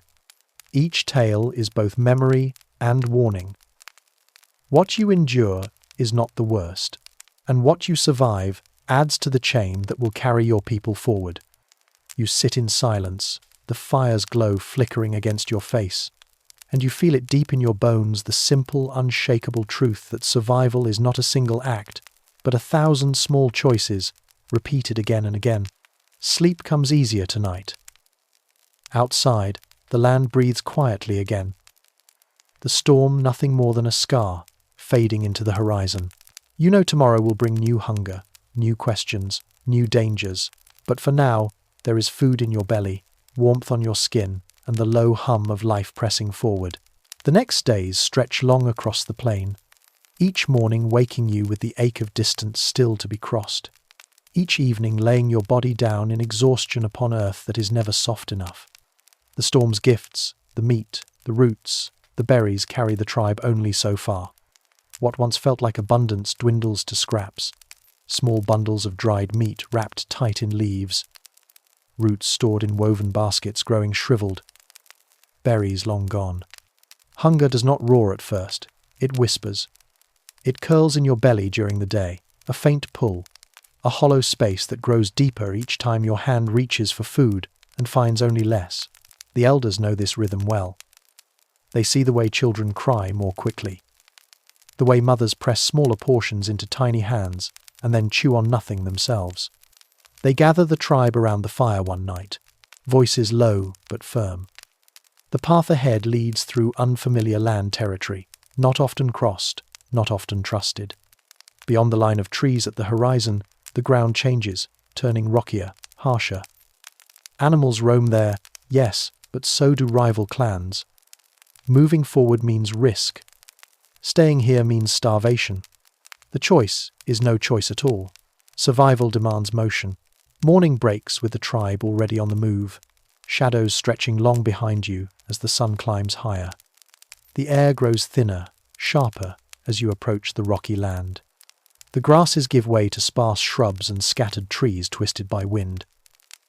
The ground crunches beneath your feet, loose stones slipping under every step, slowing the pace. Water is harder to find now, streams hidden deeper in gullies and shaded places, forcing scouts to range far ahead. When they return, it is with skins filled only halfway, water tasting of minerals, metallic on the tongue. As days pass, hunger sharpens. The hunters grow quieter, their eyes restless, scanning for signs, scat on the ground, feathers caught on branches, a sudden hush in the air where animals should be moving. Even the smallest things become hope. When one hunter lifts a cracked tortoise shell from the dirt, still damp with recent life, everyone leans closer. The tribe begins to follow such traces, weaving a trail of patience and persistence, hoping they lead to something more.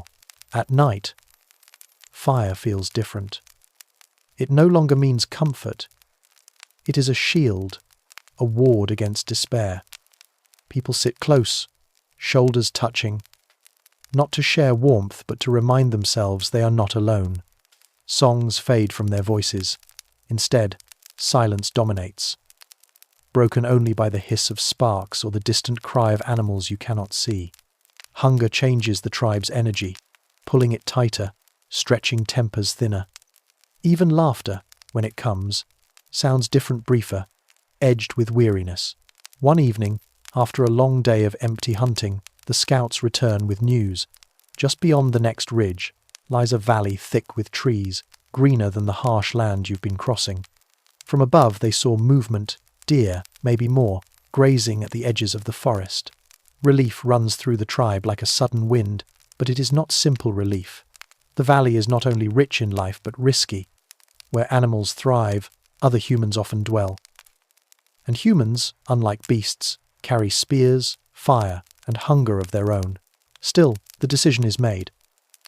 Tomorrow, the tribe will descend into the valley, driven by necessity stronger than fear. As you lie down to sleep, hunger curling sharp in your stomach, you stare at the stars spread wide above the cliffs, and imagine the lives that once looked up at them before you lives, that also faced hunger, storms, and choices between danger and survival.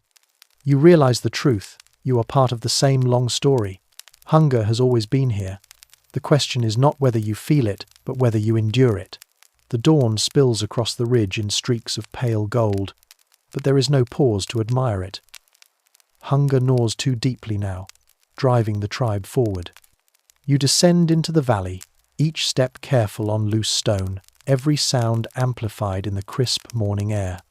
The valley stretches wide below, a sea of green after days of harsh rock, with trees clustered like watchful guardians and streams glinting like threads of silver.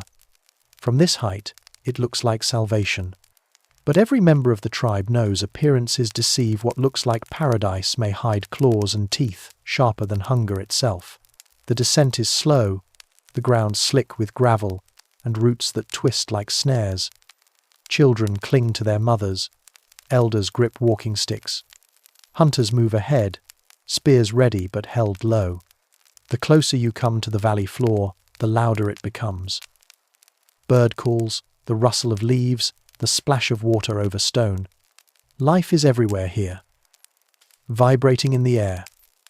A reminder that the tribe has stepped into a place already claimed by nature and perhaps by others. The first discovery comes quickly.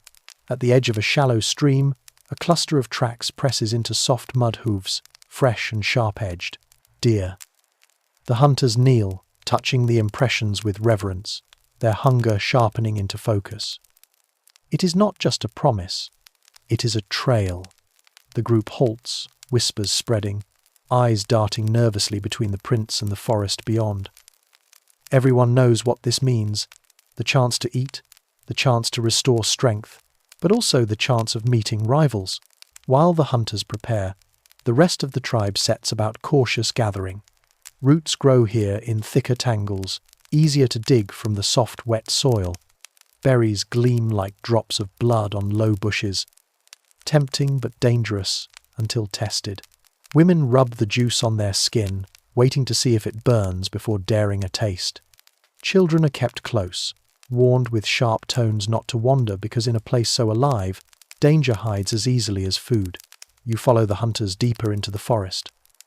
The world here is dim, shadows shifting as the canopy sways. The air smells thick of moss and wet bark. A broken branch, a snapped twig, faint scat in the leaves, all signs whisper the deer are near. The hunters spread into a loose circle, moving with a silence born of countless generations repeating this same act. You crouch low, heart hammering, as a figure finally emerges ahead. A deer, slender and cautious, lowering its head to drink from a pool. The hunters freeze, muscles coiled like drawn bows. One lifts his spear, the tip catching a glint of sun. Breath holds. Time seems to still, then the sharp whistle of a thrown weapon cuts the air. The spear strikes true, a cry splits the forest, and the deer stumbles, kicking wildly before it falls. The forest erupts with noise. Birds exploding from branches, the rustle of unseen creatures fleeing. The hunters rush forward, finishing the kill swiftly, hands pressing against the animal in a silent moment of respect. When they carry the body back to the tribe, relief floods through every face. Children clap hands against their thighs in joy, elders bow their heads, mothers smile for the first time in days. The deer is laid on the ground, its body already promising meals, hides, tools, sinew. For a brief moment, the valley feels like blessing, but the blessing shifts quickly. One of the hunters raises a hand, pointing toward the far side of the valley where smoke curls faintly between the trees. Not the thin, drifting smoke of lightning or wildfire, but the steady, purposeful smoke of a campfire. The tribe grows still. Hunger has led you to food, but it has also led you into the shadow of others. As the first strips of meat are carved and roasted, tension spreads. The smell of cooking will travel. The question hangs heavy. Are you alone in this valley, or are you being watched? The deer roasts slowly over the fire, fat dripping into the flames with hisses that send sparks leaping upward.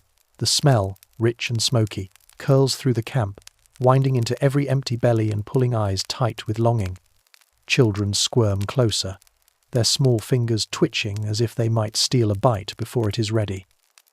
Mothers keep them back, though even their own gazes stay fixed on the meat, mouths watering. For days the tribe has eaten little more than bitter roots and scraps. Now, the promise of real food makes patience harder than hunger itself. But over the fire's crackle, another sound lingers silence where laughter should be, unease where celebration ought to rise. Because beyond the trees, that faint coil of smoke still curls into the sky. Its shape is too perfect, too steady. A hearth, a camp.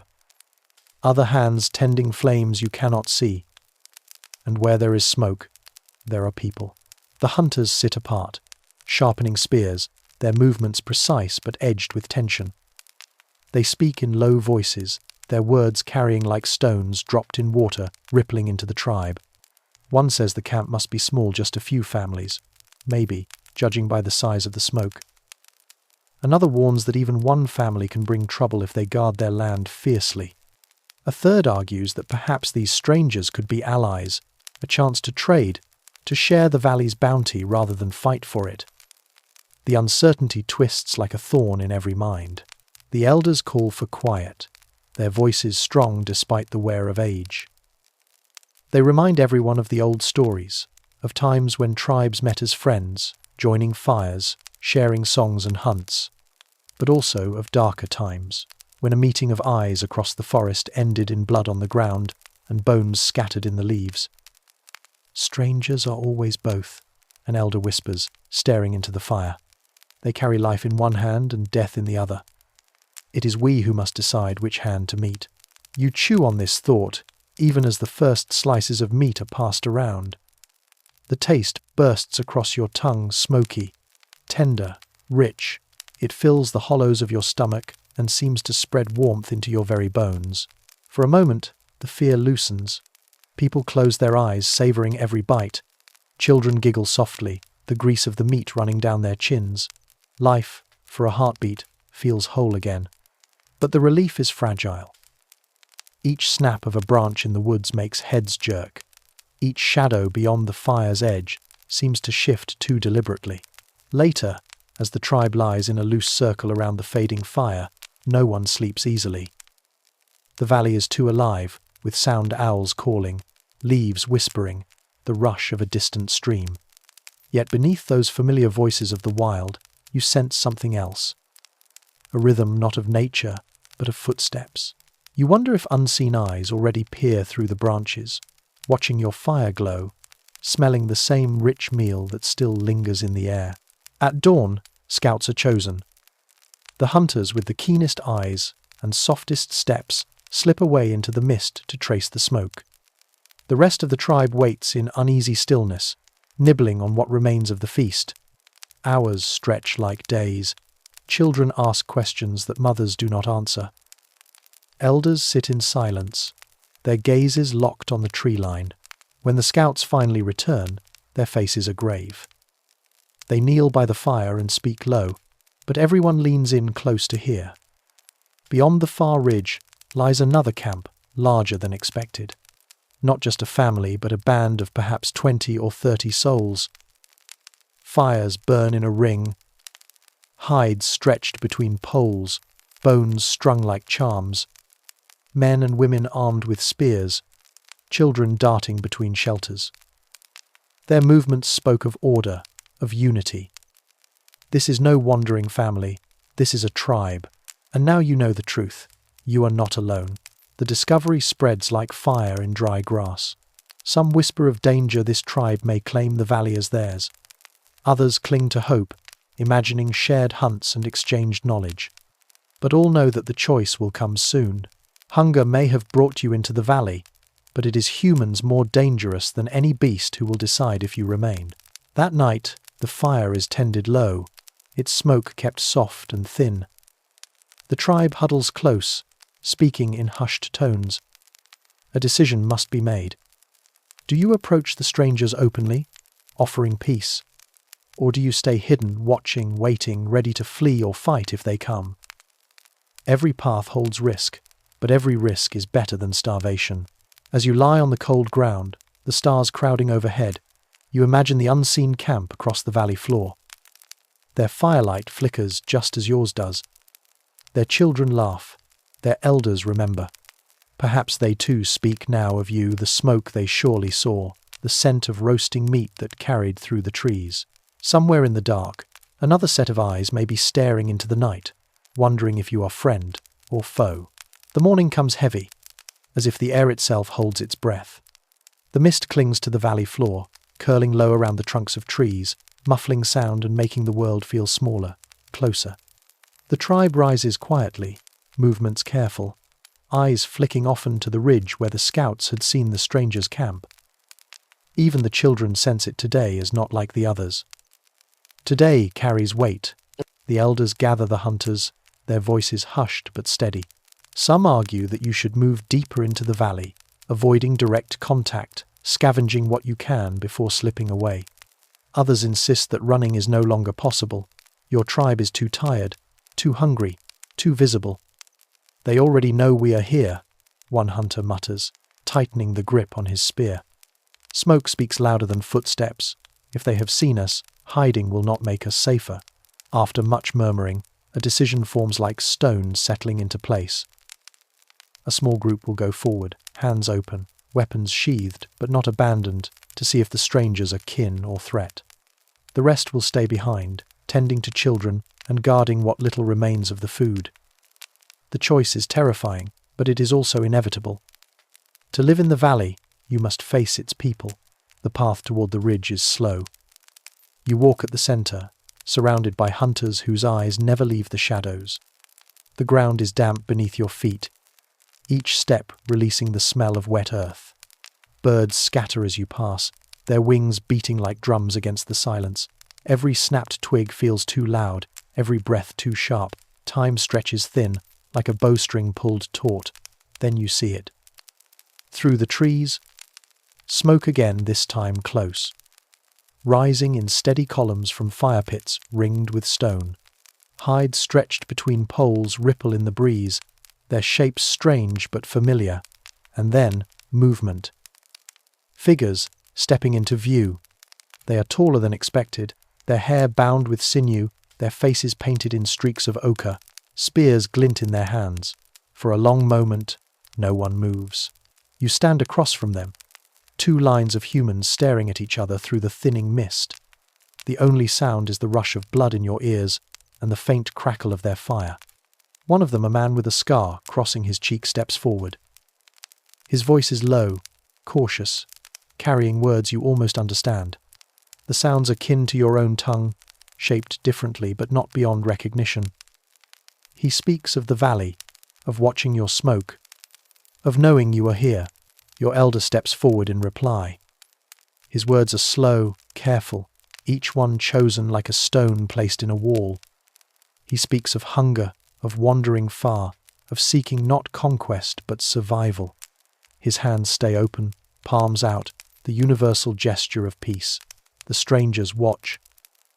Their eyes flick from your elder's face to the hunters behind him. To the spears they try not to grip too tightly. The silence stretches, brittle as ice. Then, one of their women steps out from behind them. She carries something wrapped in bark-dried roots, pungent with the smell of earth. Without speaking, she places it on the ground between the two tribes and steps back. The meaning is clear. Not an offering of alliance, not yet, but not rejection either. A test, a measure. Your elder kneels, picks up the roots, and holds them high, so all may see. He nods, a small bow, before placing the bundle carefully into the dirt at his own feet. Then, slowly, he removes from his pouch a strip of deer meat, still cured from last night's fire. He sets it on the same spot, a mirror of her gesture. The tension does not vanish. It hums in the air, sharp and restless, but it shifts. The first exchange has been made.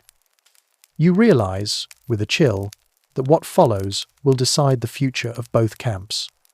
Will these people share the valley, or will they demand it as their own? Will firelight bind you together, or will blood stain the stones at your feet? As the mist clears and the two tribes stand in the open morning light, you feel history itself holding its breath, waiting for the next move. The exchange lingers in the air, delicate as the smoke curling from the fires. Every pair of eyes, yours included, locks on that little patch of ground where roots and meat now sit like two stones in a balance. The hunters beside you shift, fingers twitching on spears, the urge to act pulling hard against the demand for stillness. Across the clearing, the other tribe mirrors the same tension. Every breath, every tilt of a head, every heartbeat feels like it might tip the moment into violence or into something altogether new. The scar-faced man speaks again, his words carrying tones that wobble between warning and invitation. You catch pieces, the edges of meaning, like glimpses of fish in a murky stream. He speaks of territory, of water, of dangers that stalk the valley at night. He gestures wide, as though painting the valley itself in the air, his hand slicing the space between your people and his. His tone sharpens at that motion, and several of your hunters stiffen. To them, it feels like a dividing line. Your elder does not let the silence harden. He raises his own voice. Slower, heavier, like stones rolling down a hill. He repeats the signs of peace, hands open, body angled low, and then gestures to the children huddled behind the hunters. His meaning is unmistakable. We carry the fragile, the small, the ones who must live if humankind is to endure. Hunger has not brought you here to steal, but to survive.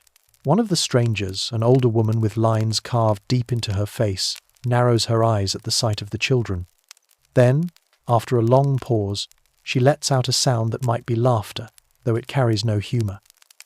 She barks something at her kin, and two younger hunters retreat into their camp. When they return, they carry with them a bundle, long stalks of something fibrous, woven together in thick braids. With sharp stone blades, they slice pieces free and toss them lightly toward the space between tribes. The stalks land with a dull thud. You realize, after a moment, that this is not just food. It's material for fire, tools, rope, a resource shared. The hunters beside you murmur low, their suspicion melting just slightly, replaced by the glimmer of curiosity. Your elder waits, then responds in kind. He signals one of your own to step forward with a curved tool of bone, polished smooth by years of use. The tool is placed in the dirt, handle facing the strangers, blade catching the light. Another pause. Another test. The scar-faced man steps closer, crouches, and inspects it. He grips the tool in his hand, weighs it, tests the sharpness with his thumb. His face remains unreadable, but when he rises, he lets the blade remain where it is, not claimed as a prize, but not rejected either. A murmur ripples through his tribe, too low to catch. You sense the rhythm of this encounter now. It is like watching two rivers meet, their waters swirling, tugging, clashing, then slowly blending. Nothing is certain yet, not trust, not hostility, but something between. A fragile space, wide as a hand's breadth, thin as the skin of an egg. Behind you, the tribe grows restless. The smell of roasted meat drifts faintly on the air, mixing with the sharp tang of burning wood. Children whimper softly, pulled back from approaching the line. Elders whisper prayers, calling on spirits to guide the moment. You can feel the weight of every gaze dozens of generations carried here, their survival balanced on this single breath of time. The scar-faced man finally lowers his spear, not casting it aside, but easing its tip toward the earth. He speaks once more, slower now, as if giving you the chance to catch his meaning. The words come like stepping stones in a river. Share, hunt, watch, danger. Each one lands hard in your chest. His people will not flee. They will not yield. But neither do they strike. Instead, he seems to say, survival may depend on watching the valley together. Your elder nods. Not quickly, not eagerly. Just a single, measured dip of the head. The message is clear. Acknowledgement without surrender. For the first time since the two tribes laid eyes on each other, the valley does not feel like a trap. It feels like a trial. And trials, if endured, can lead to something stronger. But just as your tribe dares to breathe easier, a sound cuts through the morning. A long, low howl rising from the far end of the valley, joined by another and another, wolves. Not one, not two, but many. The sound chills your blood, curling around your spine like ice. Every hunter tenses, every child clutches closer to their mother, and even the scar-faced strangers turn their heads sharply toward the trees. The valley has made its own choice. It will not let you debate peace in silence. It will test both tribes the same way it has tested humankind, since the beginning through teeth, hunger, and the darkness that prowls beyond the firelight. The first howl lingers like a thread pulled tight in the air, and then the answering chorus crashes through the valley with a force that prickles every hair on your arms. It is not the sharp bark of a single hunter wolf, it is the layered cry of a pack, deep-chested and numerous, their voices weaving together into something that feels older than words. The sound vibrates in your ribs, as though the earth itself groans under its weight. At once, the clearing shifts. Spears lift in unison. Children are pulled close, their small hands pressed against trembling legs. Even the strangers, so rigid moments before, turn in the same direction as your people, shoulders squared, eyes scanning the tree line. Hunger had made you enemies, the wolves make you prey. The scar-faced man snaps a command in his tongue, sharp and clipped. His hunters spread out, forming a crescent shape with their backs toward their campfire. The flames behind them sputter but burn, casting a jittering shield of light. Your elder answers without words. He gestures your people to the opposite side, mirroring their crescent, until together both tribes form an imperfect circle. Firelight caught in the gaps, spears thrust outward into the dark, and then silence. No howl, no cry, no shuffle of leaves. Just the heavy breathing of dozens of humans who know the wolves are closer than they sound. The quiet is worse than the howls. Every breath feels stolen. Every heartbeat hammers too loud. You scan the edge of the trees until your eyes blur. A shape flickers. There between two trunks, low to the ground, the pale shimmer of eyes reflecting firelight. Then another pair. Then three. Then too many to count. The wolves emerge not in a rush but in a drift, like shadows pulled from the forest itself. They fan out along the clearing, circling, pacing. Their bodies lean and sharp with hunger. Their fur bristles silver in the light, their teeth glint. They know the smell of prey. The first growl slithers low and guttural, answered by another, closer. The pack does not rush. They test, they stalk, they force fear to loosen you before they strike. A child whimpers, high-pitched and soft, and at once two wolves snap their heads in that direction, teeth flashing. Mothers clutch tighter, whispers of soothing nonsense falling from trembling lips. One of your hunters, young and brash, takes a step forward. Spear raised. The scar-faced man hisses something at him, not in words you know, but the tone is clear. Hold. If one spear lunges too soon, the pack will flood in from all sides. This is not a fight for single bravery. It is a test of unity. The wolves close. Their paws make no sound on the soil, but you feel them in the rhythm of the air, the way it presses against you as they circle tighter. Then, with no warning, one breaks forward, snapping at the line. Spears jab, voices shout, sparks flare from the fire. The wolf yelps and pulls back, unharmed but startled. The pack scatters a moment, then regroups, more cautious now. And in that heartbeat, something strange happens. A hunter from the stranger tribe steps sideways into the gap left by your brash tribesman, his back brushing against your people's shoulders. He doesn't look at you, doesn't speak, but the motion is seamless. For the first time, the line between you isn't tribe versus tribe. It is human against the dark. Your elder notices. He raises his voice, deep and steady, calling your hunters to press tighter, to match the strangers step for step. The scar-faced man growls something similar to his own. Two halves of one circle, now locked together by necessity. The wolves sense the change. They pace again, their eyes flickering, their tails twitching. They are not deterred, only calculating. Hunger makes them bold, but caution makes them clever. They begin to split, testing the edges of your light. Each time one feints, spears thrust, shouts rise, flames flare. The line holds, but the pack is waiting for weakness. The scar-faced man spits into the dirt, then barks another command. One of his hunters ducks into their camp and returns with a burning branch. The man lifts it high, waving it slowly in arcs, the fire's light casting shadows long and wild. He steps forward just enough to make the wolves hesitate. Seeing this, one of your hunters copies the motion, grabbing a branch from your fire and doing the same.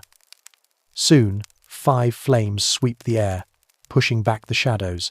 The wolves grow restless.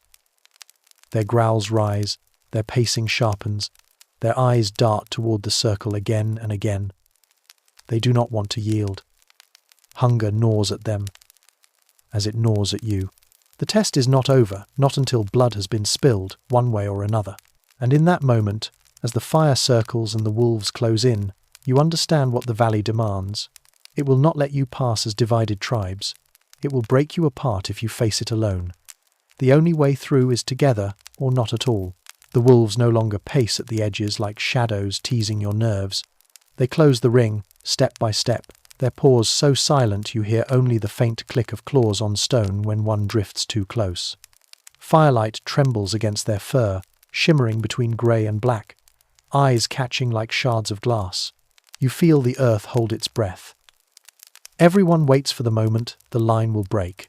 A growl tears from the darkness, deep, ragged, commanding. It is the alpha. The sound rolls over the clearing like thunder, and every other wolf answers in chorus. The forest shakes with their hunger, a sound so primal it digs beneath your skin and rattles in your chest.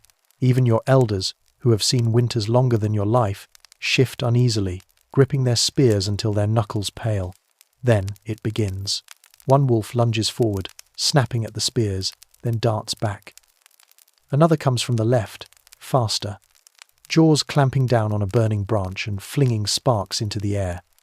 A third leaps high, over the sweep of fire, and for a heartbeat it is in the circle, teeth flashing, eyes blazing. Shouts erupt, spears thrust upward, and the beast is skewered mid-leap, its body crashing down in a tangle of snarls and blood. The scent of iron hits the air. Hot, sharp, undeniable. The pack goes mad. They surge all at once, shadows flooding from the tree line, paws drumming the earth, snarls layering like storm winds. The circle collapses inward, humans pressed shoulder to shoulder, firebrands sweeping wide arcs, spears stabbing outward. The clash is chaos, fur and flame, flesh and bone, a whirlwind of survival. You hear the sickening crunch of teeth on wood, the scream of a hunter as a wolf's jaws sink into his leg, the answering roar of 3 spears driving the animal back. A wolf slams into your side, weight crushing, teeth snapping inches from your throat. You fall back, spear pinned beneath you. Its breath is hot, reeking of rot and hunger. You twist, your hand scrabbling for anything stone, branch, bone, and seize a burning stick left on the ground. You shove it upward into the wolf's face. Its eyes flare wide as flame scorches fur. It yelps and recoils, singed whiskers curling, giving you space to scramble back into the line. The scar-faced man is there beside you, his own spear rammed deep into another wolf's flank.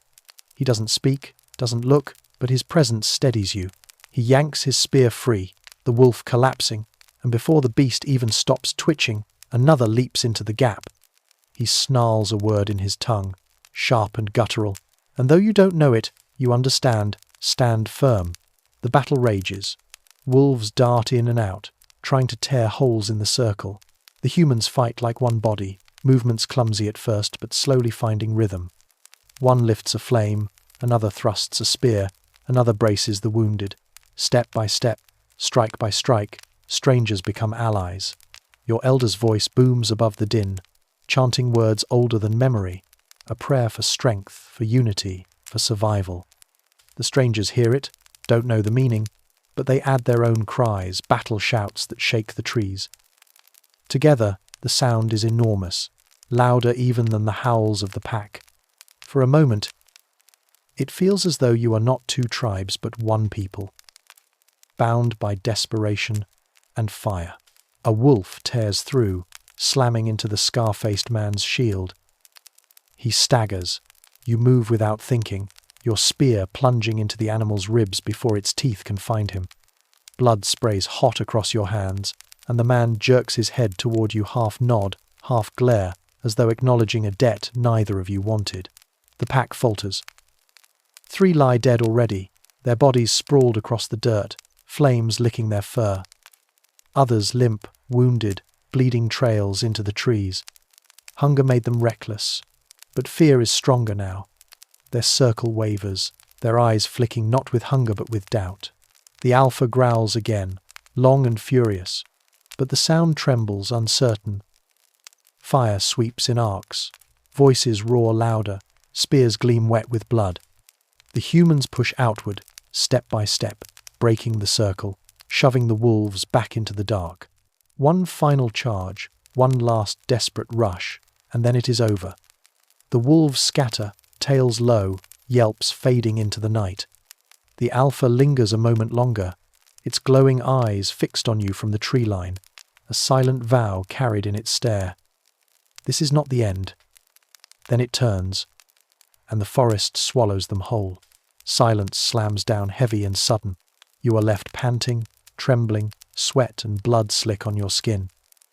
Around you, hunters lean on spears, some clutching wounds, others staring at the ground where bodies, wolf and human alike, lie still.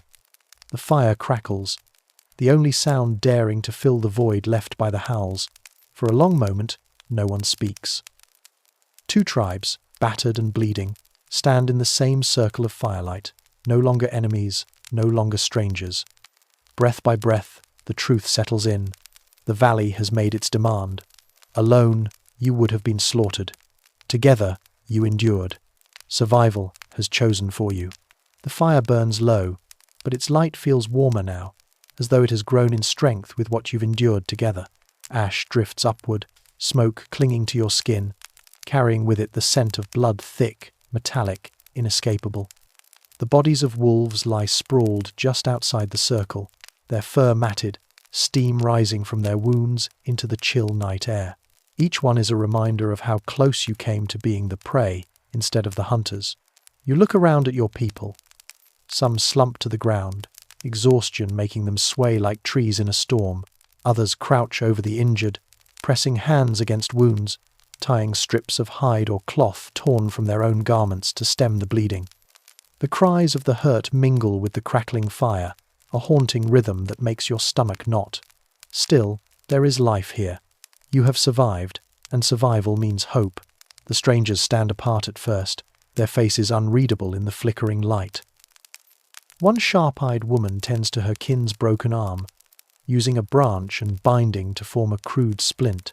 Another man, blood streaking his face, glares at your tribe with suspicion, though his grip on his weapon has loosened. They watch you as though waiting for betrayal. You watch them, wondering the same. The battle may have forced you into unity, but unity after blood is a fragile thing.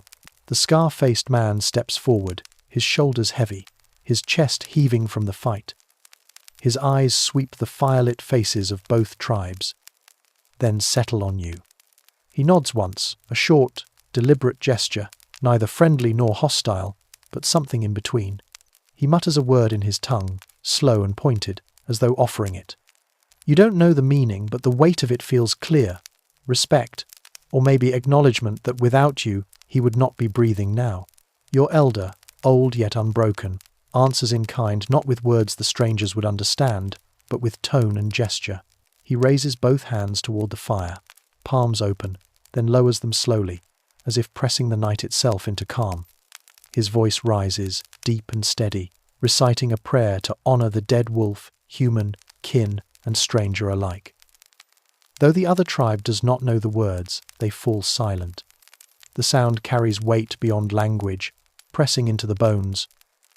When he finishes, there is a stillness, not of mistrust, but of shared mourning.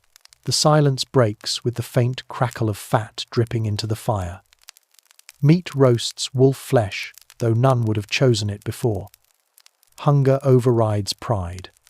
Someone turns the carcass slowly on a spit of green wood, the smell sharp and bitter. Your people hesitate, but they do not refuse. The strangers, too, edge closer, their eyes flicking between the food and your faces. Finally, the scar-faced man takes a strip of the charred meat and eats. He chews slowly, his expression unreadable, but he does not spit it out. His kin follow. One of your own does the same, grimacing at the taste but swallowing it down. And with that, something shifts. Fire, food, blood, silence all shared. The line between tribes blurs, just enough to survive the night. Children, who have hidden until now, creep closer to the firelight. Wide-eyed, they stare at the strangers, whispering among themselves. A girl from the other tribe notices and, after a hesitant pause, crouches to draw in the dirt with a stick. She scratches the shape of a wolf, crude but clear, then stabs through it with the point. The children gasp, then laugh nervously, and one of your own boys picks up a stone to mimic her. Soon there are marks all around the fire. Wolves falling, men standing, fire blazing. The adults watch in silence, some frowning, others softening. But it is there, undeniable, a bridge, built by laughter where fear once ruled. You sit back, your body aching, your mind turning. The valley has made its demand. To survive here, you cannot remain alone. You cannot afford war when the forest itself wages it against you. The wolves are only one trial. Tomorrow, there may be hunger again, or sickness, or the fury of storms. Your elder meets your gaze, his eyes reflecting the fire. He knows what you feel, what you fear, what you begin to accept. Survival is no longer a matter of kin alone, it is a matter of forging bonds where none existed before. Trust will not come easily. Betrayal may still be waiting. But tonight, in the ring of firelight, with blood cooling on the ground and strange voices mixing with your own, a new path opens. The question is not whether you will walk it. The question is whether you will walk it together. Morning comes pale and slow. The sky painted with grey streaks, as if the world itself is still tired from the battle. Smoke curls upward from dying embers, drifting into the trees.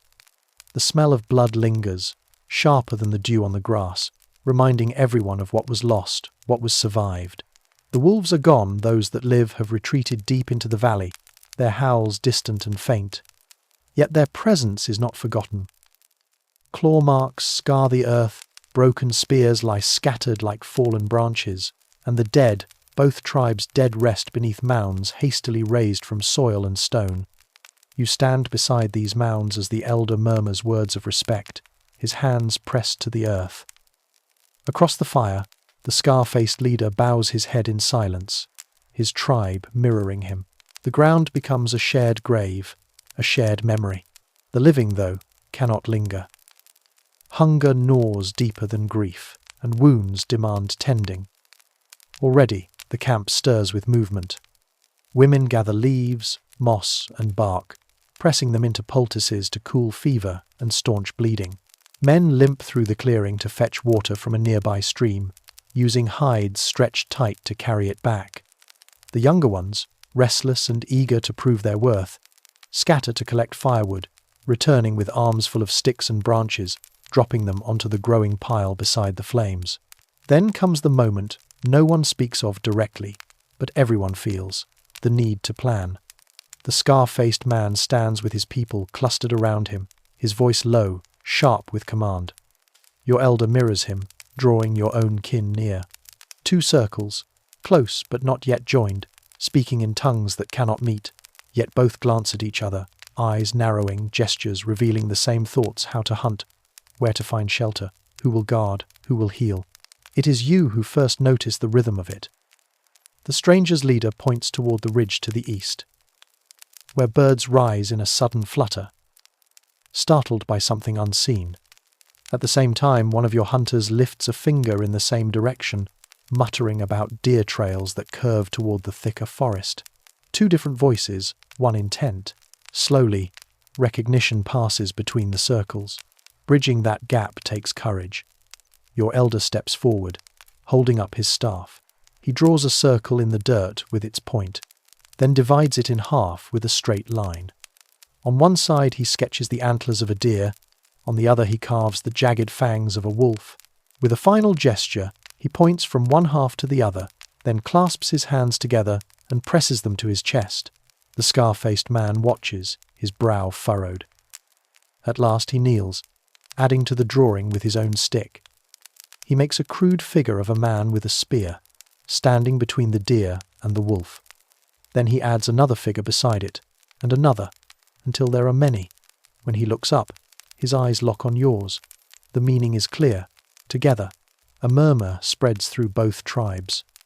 Some are wary, distrust still gnawing at them like an old wound.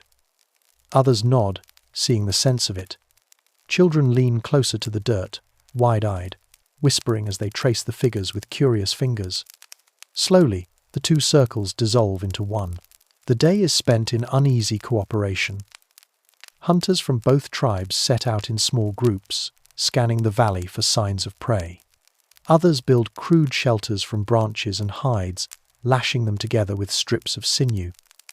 Fires are tended in several spots now, not only for warmth, but for smoke to drive away insects. The wounded lie in the shade, watched over by both tribes' healers, who exchange fragments of knowledge with gestures and mimicry. A root pressed into a cut, a leaf chewed to paste, and smeared across swelling secrets once guarded, now shared. Tension remains, sharp as flint, but something else grows with it. When a deer is finally brought down by the combined spears of both tribes, the cheer that rises is not divided. The meat is carved, roasted, shared. The taste is heavy with smoke, but sweeter than wolf flesh. Sweeter because it is victory not only over hunger, but over mistrust. That night, as the fire burns high and shadows leap against the cliff walls, the two tribes sit closer than before. Words remain a barrier, but laughter finds its way through, soft and cautious at first, then freer. Children mimic each other's games, trading sticks and stones, inventing new rules neither tribe owns. For the first time, the clearing feels less like a camp pressed together by necessity and more like a village being born. Yet in your chest, a question lingers. Survival is fragile. What binds the tribes tonight might unravel tomorrow with blood, betrayal, or fear. Still, you cannot ignore what you've seen: the first spark of something larger than kinship, larger than fear. A fragile alliance, yes, but an alliance all the same. The moon hangs swollen and pale above the valley. Silver light spilling across the clearing. Shadows stretch long across the earth. And the fire burns low, reduced to glowing coals that pulse with slow, steady breaths. Around it, the two tribes sleep in uneven clusters, hides pulled tight against the cold, bodies curled close to conserve warmth. Yet you are awake, sitting near the embers, watching because sleep is a luxury that survival rarely grants without suspicion. The night is quiet. Too quiet. No wolves howl. No owls screech. The silence is unsettling, pressing against your ears like heavy water. Then, faintly, a rustle. Not the sound of wind through trees, nor the scurrying of small prey. A deliberate sound, heavy, clumsy, and close. You rise, spear in hand, and your body stiffens as you see the source. It is not a wolf. It is not a beast. It is one of the strangers, the scar-faced man's hunter, creeping toward your food store where smoked venison and dried marrow bones are stacked beneath hides. His hand trembles as he pulls back the covering, eyes darting left and right. Hunger, raw and desperate, burns in his gaze. For a moment, you feel anger spike. Hot and sharp. Theft, betrayal, weakness of trust. You grip your spear tighter, ready to raise the alarm, ready to pierce the silence with a shout. But then you see his face more clearly, lit by the faint glow of embers, gaunt, hollow cheeks, ribs pressing beneath his skin. He is starving, just as you are starving. His tribe has known famine longer, harsher. You remember the look of his children earlier, eyes too big for their skulls, clutching bones to gnaw that held no meat. Still, fairness matters. If one steals, others will follow. Soon the fragile line between unity and chaos will shatter. You take a step forward, the crunch of your foot against dirt making the man freeze. His eyes meet yours, wide, caught between shame and defiance. Slowly, almost imperceptibly, you lower your spear and raise your free hand, palm open. You gesture toward the food and then sweep your hand outward as if dividing. Half, you mean. Share. The man hesitates. His shoulders tremble. Then, with a sharp breath, he nods. He takes only a portion less than he could have carried and retreats, head bowed. He does not run. He does not hide. He walks back toward his kin, sets the food down, and curls beside them, shaking as if afraid of what dawn will bring. Dawn does bring something. Murmurs ripple through the camp as the scar-faced man learns what happened. His voice rises, harsh, angry, but not at you, at his own hunter, at hunger itself. He grips the man by the shoulders, snarls something low and guttural, then pushes him down before turning to you. For the first time, he places his palm against his chest, then points to you. Not a threat, not even thanks. A vow. This will not be forgotten, but scarcity does not care about vows. Food thins, deer vanish deeper into the woods. Fish grow harder to catch. Berries wither as the chill of approaching winter creeps into the valley. Children cry louder at night. The old ones grow weaker. Around the fire, the two tribes argue in gestures and fragments of shared words, tempers rising, hands twitching towards spears. Some want to leave, to return to their own valleys and hunt alone. Others demand everything be pooled, no matter whose hands bring it in. It is in this chaos that the elder rises. His back is bent, his beard streaked with ash and age, but his voice carries like thunder. He draws again in the dirt, as he did before, but this time he carves the shape of a great sun above two circles. Beneath it, he scratches lines that meet, crossing like paths. The scar-faced man joins him, adding a single figure, a hunter carrying not a spear, but fire. Fire that touches both circles, fire that lights both paths. There is silence. Deep silence. The drawings are crude, but the meaning is not lost. Survival will come only if both tribes carry the flame together. Not just meat, not just tools. Fire. Fire for warmth, fire for cooking, fire for keeping the dark at bay. That night, for the first time, torches are raised and shared between the tribes. Flames pass from hand to hand, from one campfire to another, until the whole clearing glows as if the stars themselves had descended. The faces of the people, once wary and hardened, soften in the glow. For a moment, hunger does not gnaw so sharply, fear does not cut so deep. The alliance does not break. It flickers, fragile as a flame, but it holds. The firelight spreads across the valley like a second sunrise, flickering in dozens of small torches held aloft by human hands. The air is thick with smoke, with the acrid tang of resin from pine branches, with the sound of sparks snapping and dancing into the night.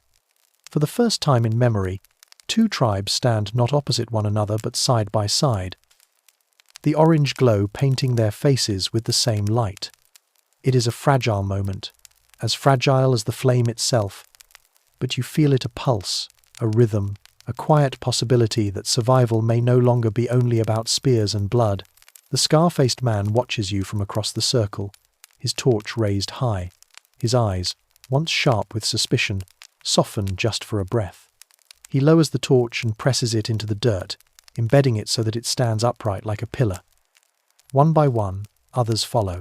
Soon, a ring of fire surrounds the clearing, flames licking upward, warding off the vast black of the wilderness beyond. Wolves linger at the edges of the trees, their eyes catching the light, but they do not dare come closer. For the first time in weeks, the night belongs to humans. Around the flames, the two peoples sit in uneven clusters. Children who once hid behind their mothers now creep forward, peering curiously at those who were strangers only days ago. A child from your own kin hesitates, then stretches out a small hand to pass a charred stick toward the other side. A child there, eyes wide, takes it, giggles, and presses the glowing tip into the dirt. A picture begins to form, not circles or suns, but a crude animal, perhaps a deer. The fire's glow makes their faces bright, makes them look less like enemies and more like one people. Still, beneath this fragile peace, the truth gnaws.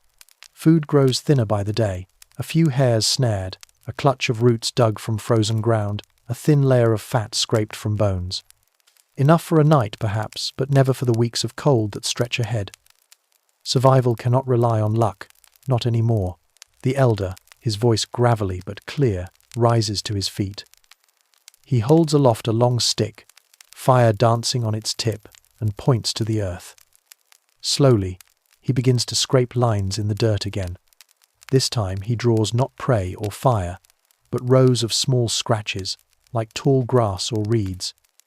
His hand trembles as he draws, yet his eyes gleam with purpose. When he finishes, he looks to the scar-faced man, and then to you.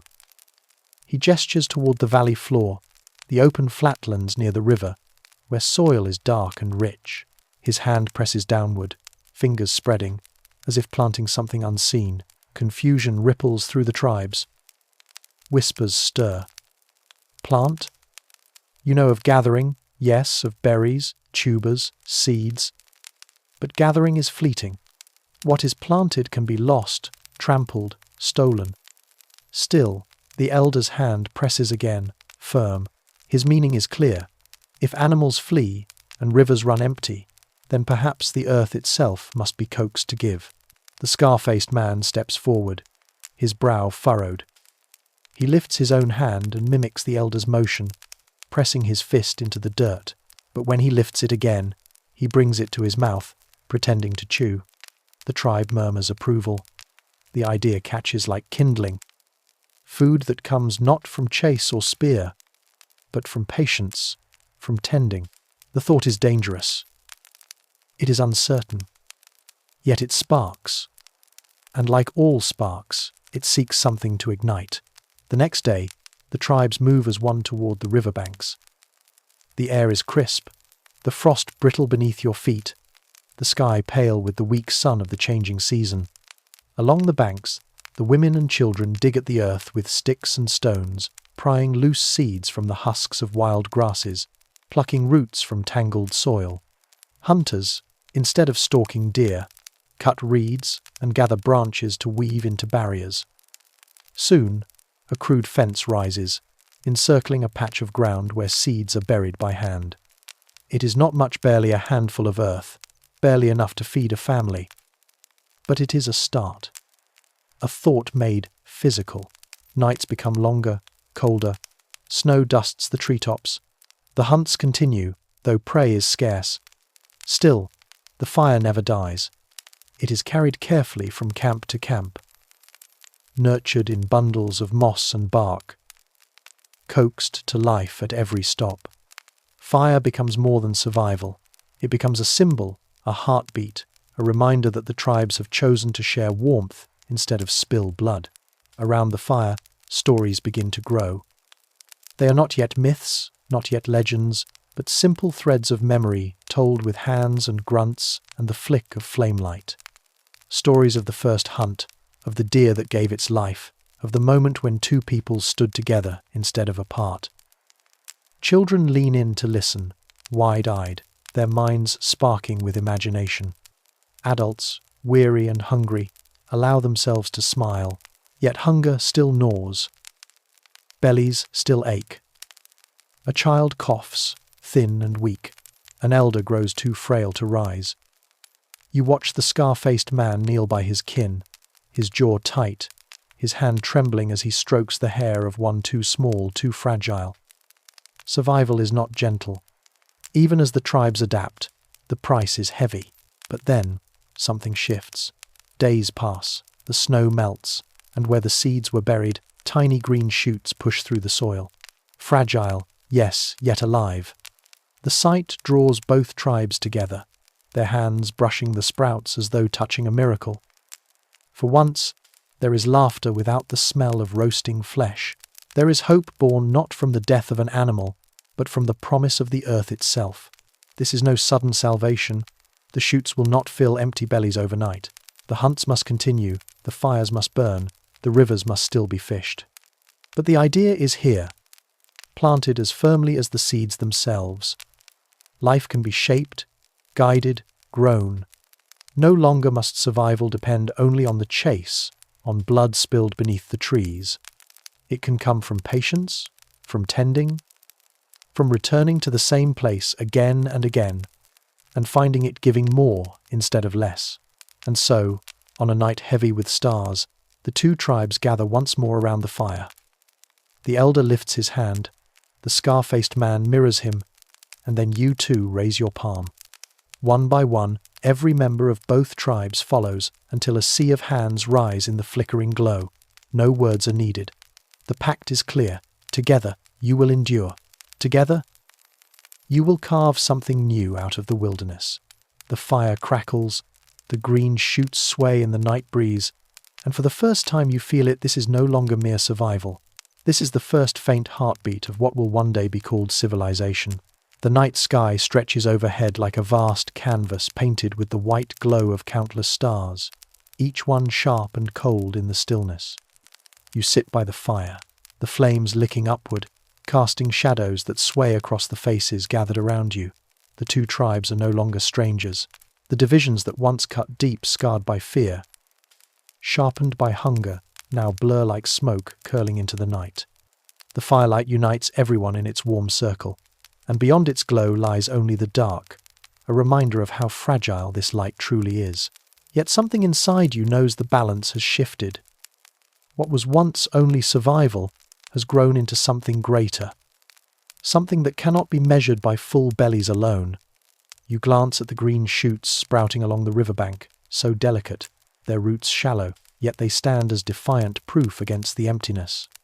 They are the whisper of a future where food might come not only from the chase, but from the patient tending of earth. A fragile promise, but a promise nonetheless. The scar-faced man sits nearby, his torch planted upright in the ground beside him. He has become more than a rival, more than a leader of the other tribe. His eyes meet yours across the fire, and though he speaks no words, the nod he gives is weighted with understanding. His people and yours are bound now not by blood spilled, but by blood spared. In the silence, that feels greater than any oath. The elder clears his throat, his voice rough like stone, ground against stone. He begins to speak not in words you can fully understand, but in sounds and gestures. His arms sweep wide, indicating the land, the sky, the fire. He mimics planting seeds, mimics chasing prey, mimics lifting a child. His voice rises, falls, then grows softer, almost reverent. The circle leans closer. What he tells is not just a story of the day, nor of the hunt. It is a story of tomorrow. For the first time, someone is not only remembering the past but dreaming of the future. And in that moment, you realize, this is how survival transforms into something more. Not through sharper spears or larger fires, but through imagination, through belief in what might come next, through the courage to plant, to share, to remember, to dream. The fire pops, sending sparks spiraling upward toward the stars. For an instant it seems those sparks join the heavens, becoming part of something greater than themselves. You watch them fade, and you cannot help but imagine. Will future generations sit beneath these same stars, around their own fires, telling stories of this very night? Will they remember the first green shoots, the pact of two tribes, the birth of patience and hope? The children laugh quietly, mimicking the elder's hand gestures, retelling his story in their own clumsy way. Their small voices carry a lightness that eases the heaviness in your chest. If they can laugh, then the world has not yet beaten you. If they can dream, then tomorrow is possible. The scar-faced man's child, the one who once trembled behind his mother, toddles forward and places a hand upon the elder's knee. The elder, frail yet fierce in spirit, rests his own wrinkled hand atop the child's. In that contact, brief and wordless, lies everything continuity. Survival, the bridge between what was and what will be. The night deepens, but no one moves to sleep. The fire becomes a living heart, beating for all of you. The stars stand sentinel above. And though hunger still bites, though danger still prowls beyond the flames, you sense something profound. The tribes have given themselves more than food tonight. They have given themselves a story. And stories can last longer than flesh, longer than fire, longer than stone. One day, these seeds in the soil will rise into stalks. One day, the stalks will become fields. One day, shelters of hide will give way to walls of wood and stone. One day, tools will sharpen into ploughs, and songs will rise where once there were only guttural cries of battle. One day, your descendants will stand tall and call themselves something more than hunters, more than gatherers, more than wanderers. They will call themselves people, bound not just by blood, but by culture, by memory, by the endless fire of imagination. You lean back, letting the fire's warmth seep into your skin. The night hums with possibility. Somewhere beyond the river, a wolf howls, but its voice no longer chills you as it once did. You know now that survival is not only teeth and claws, not only hunger and fear. It is the spark of an idea, nurtured and shared. It is the decision to light torches instead of brandishing spears. It is the patience to wait for green shoots to rise. You close your eyes, just for a moment, and breathe in the smoke, the damp earth, the quiet hope that lingers like the soft hum of embers. Tomorrow, the struggle will begin again. The hunt, the tending, the gathering. But tonight, you sit at the threshold of something far larger. Tonight, you feel the first heartbeat of humanity's future echoing inside your chest. And, as the sparks fade into the stars, you understand, this is not the end of the story. It is only the beginning. The fire burns low, yet its glow stretches far beyond the circle of stone. Farther than your eyes can see, farther even than your mind can follow. You watch the embers shift, collapsing inward, collapsing yet still alive. It strikes you then this small, fragile fire is not just for tonight. It is a thread connecting you to something endless. Just as the sparks leap into the sky, vanishing but never truly gone, so too will the choices of your people leap forward, carried on by those not yet born. Around you, voices fade into murmurs, heavy with fatigue, yet brightened by the fragile thread of hope. The elder's tale lingers, painting unseen pictures in the minds of children. They gaze at the flames as though seeing not wood and ash, but the shape of entire worlds. And in truth they are. For when a child looks at fire and sees more than light, when a hunter looks at soil and sees more than dirt, when two tribes look at each other and see not enemies but allies, that is when the future begins. You imagine, yes. Imagine what might become of this seed. Perhaps your children's children will no longer follow the herds, but instead wait in villages, their hands in the soil, coaxing life from the earth itself. They will build not just shelters of hide, but homes of stone and wood, shaped to withstand storms. They will not wander endlessly, but mark the land with paths, with fences, with roads that connect one hearth to another. They will discover tools that split the soil, weapons forged from glowing ore, wheels that carry burdens farther than legs ever could. What you hold now as bone and stone will someday be replaced by bronze, then iron, then steel, each sharper, stronger, more enduring. You can almost see it. Torches becoming lanterns, lanterns becoming towers, crowned with flame, guiding travellers through the dark. Spears giving way to ploughs, ploughs giving way to carts. Pulled by animals once feared but now tamed. The same wolves howling in the distance will one day run beside humans, no longer threats, but guardians and companions. Fire will grow from a single pit to vast hearths, then to forges, then to great halls where stories are sung not just to kin, but to entire communities bound by belief, by law, by faith.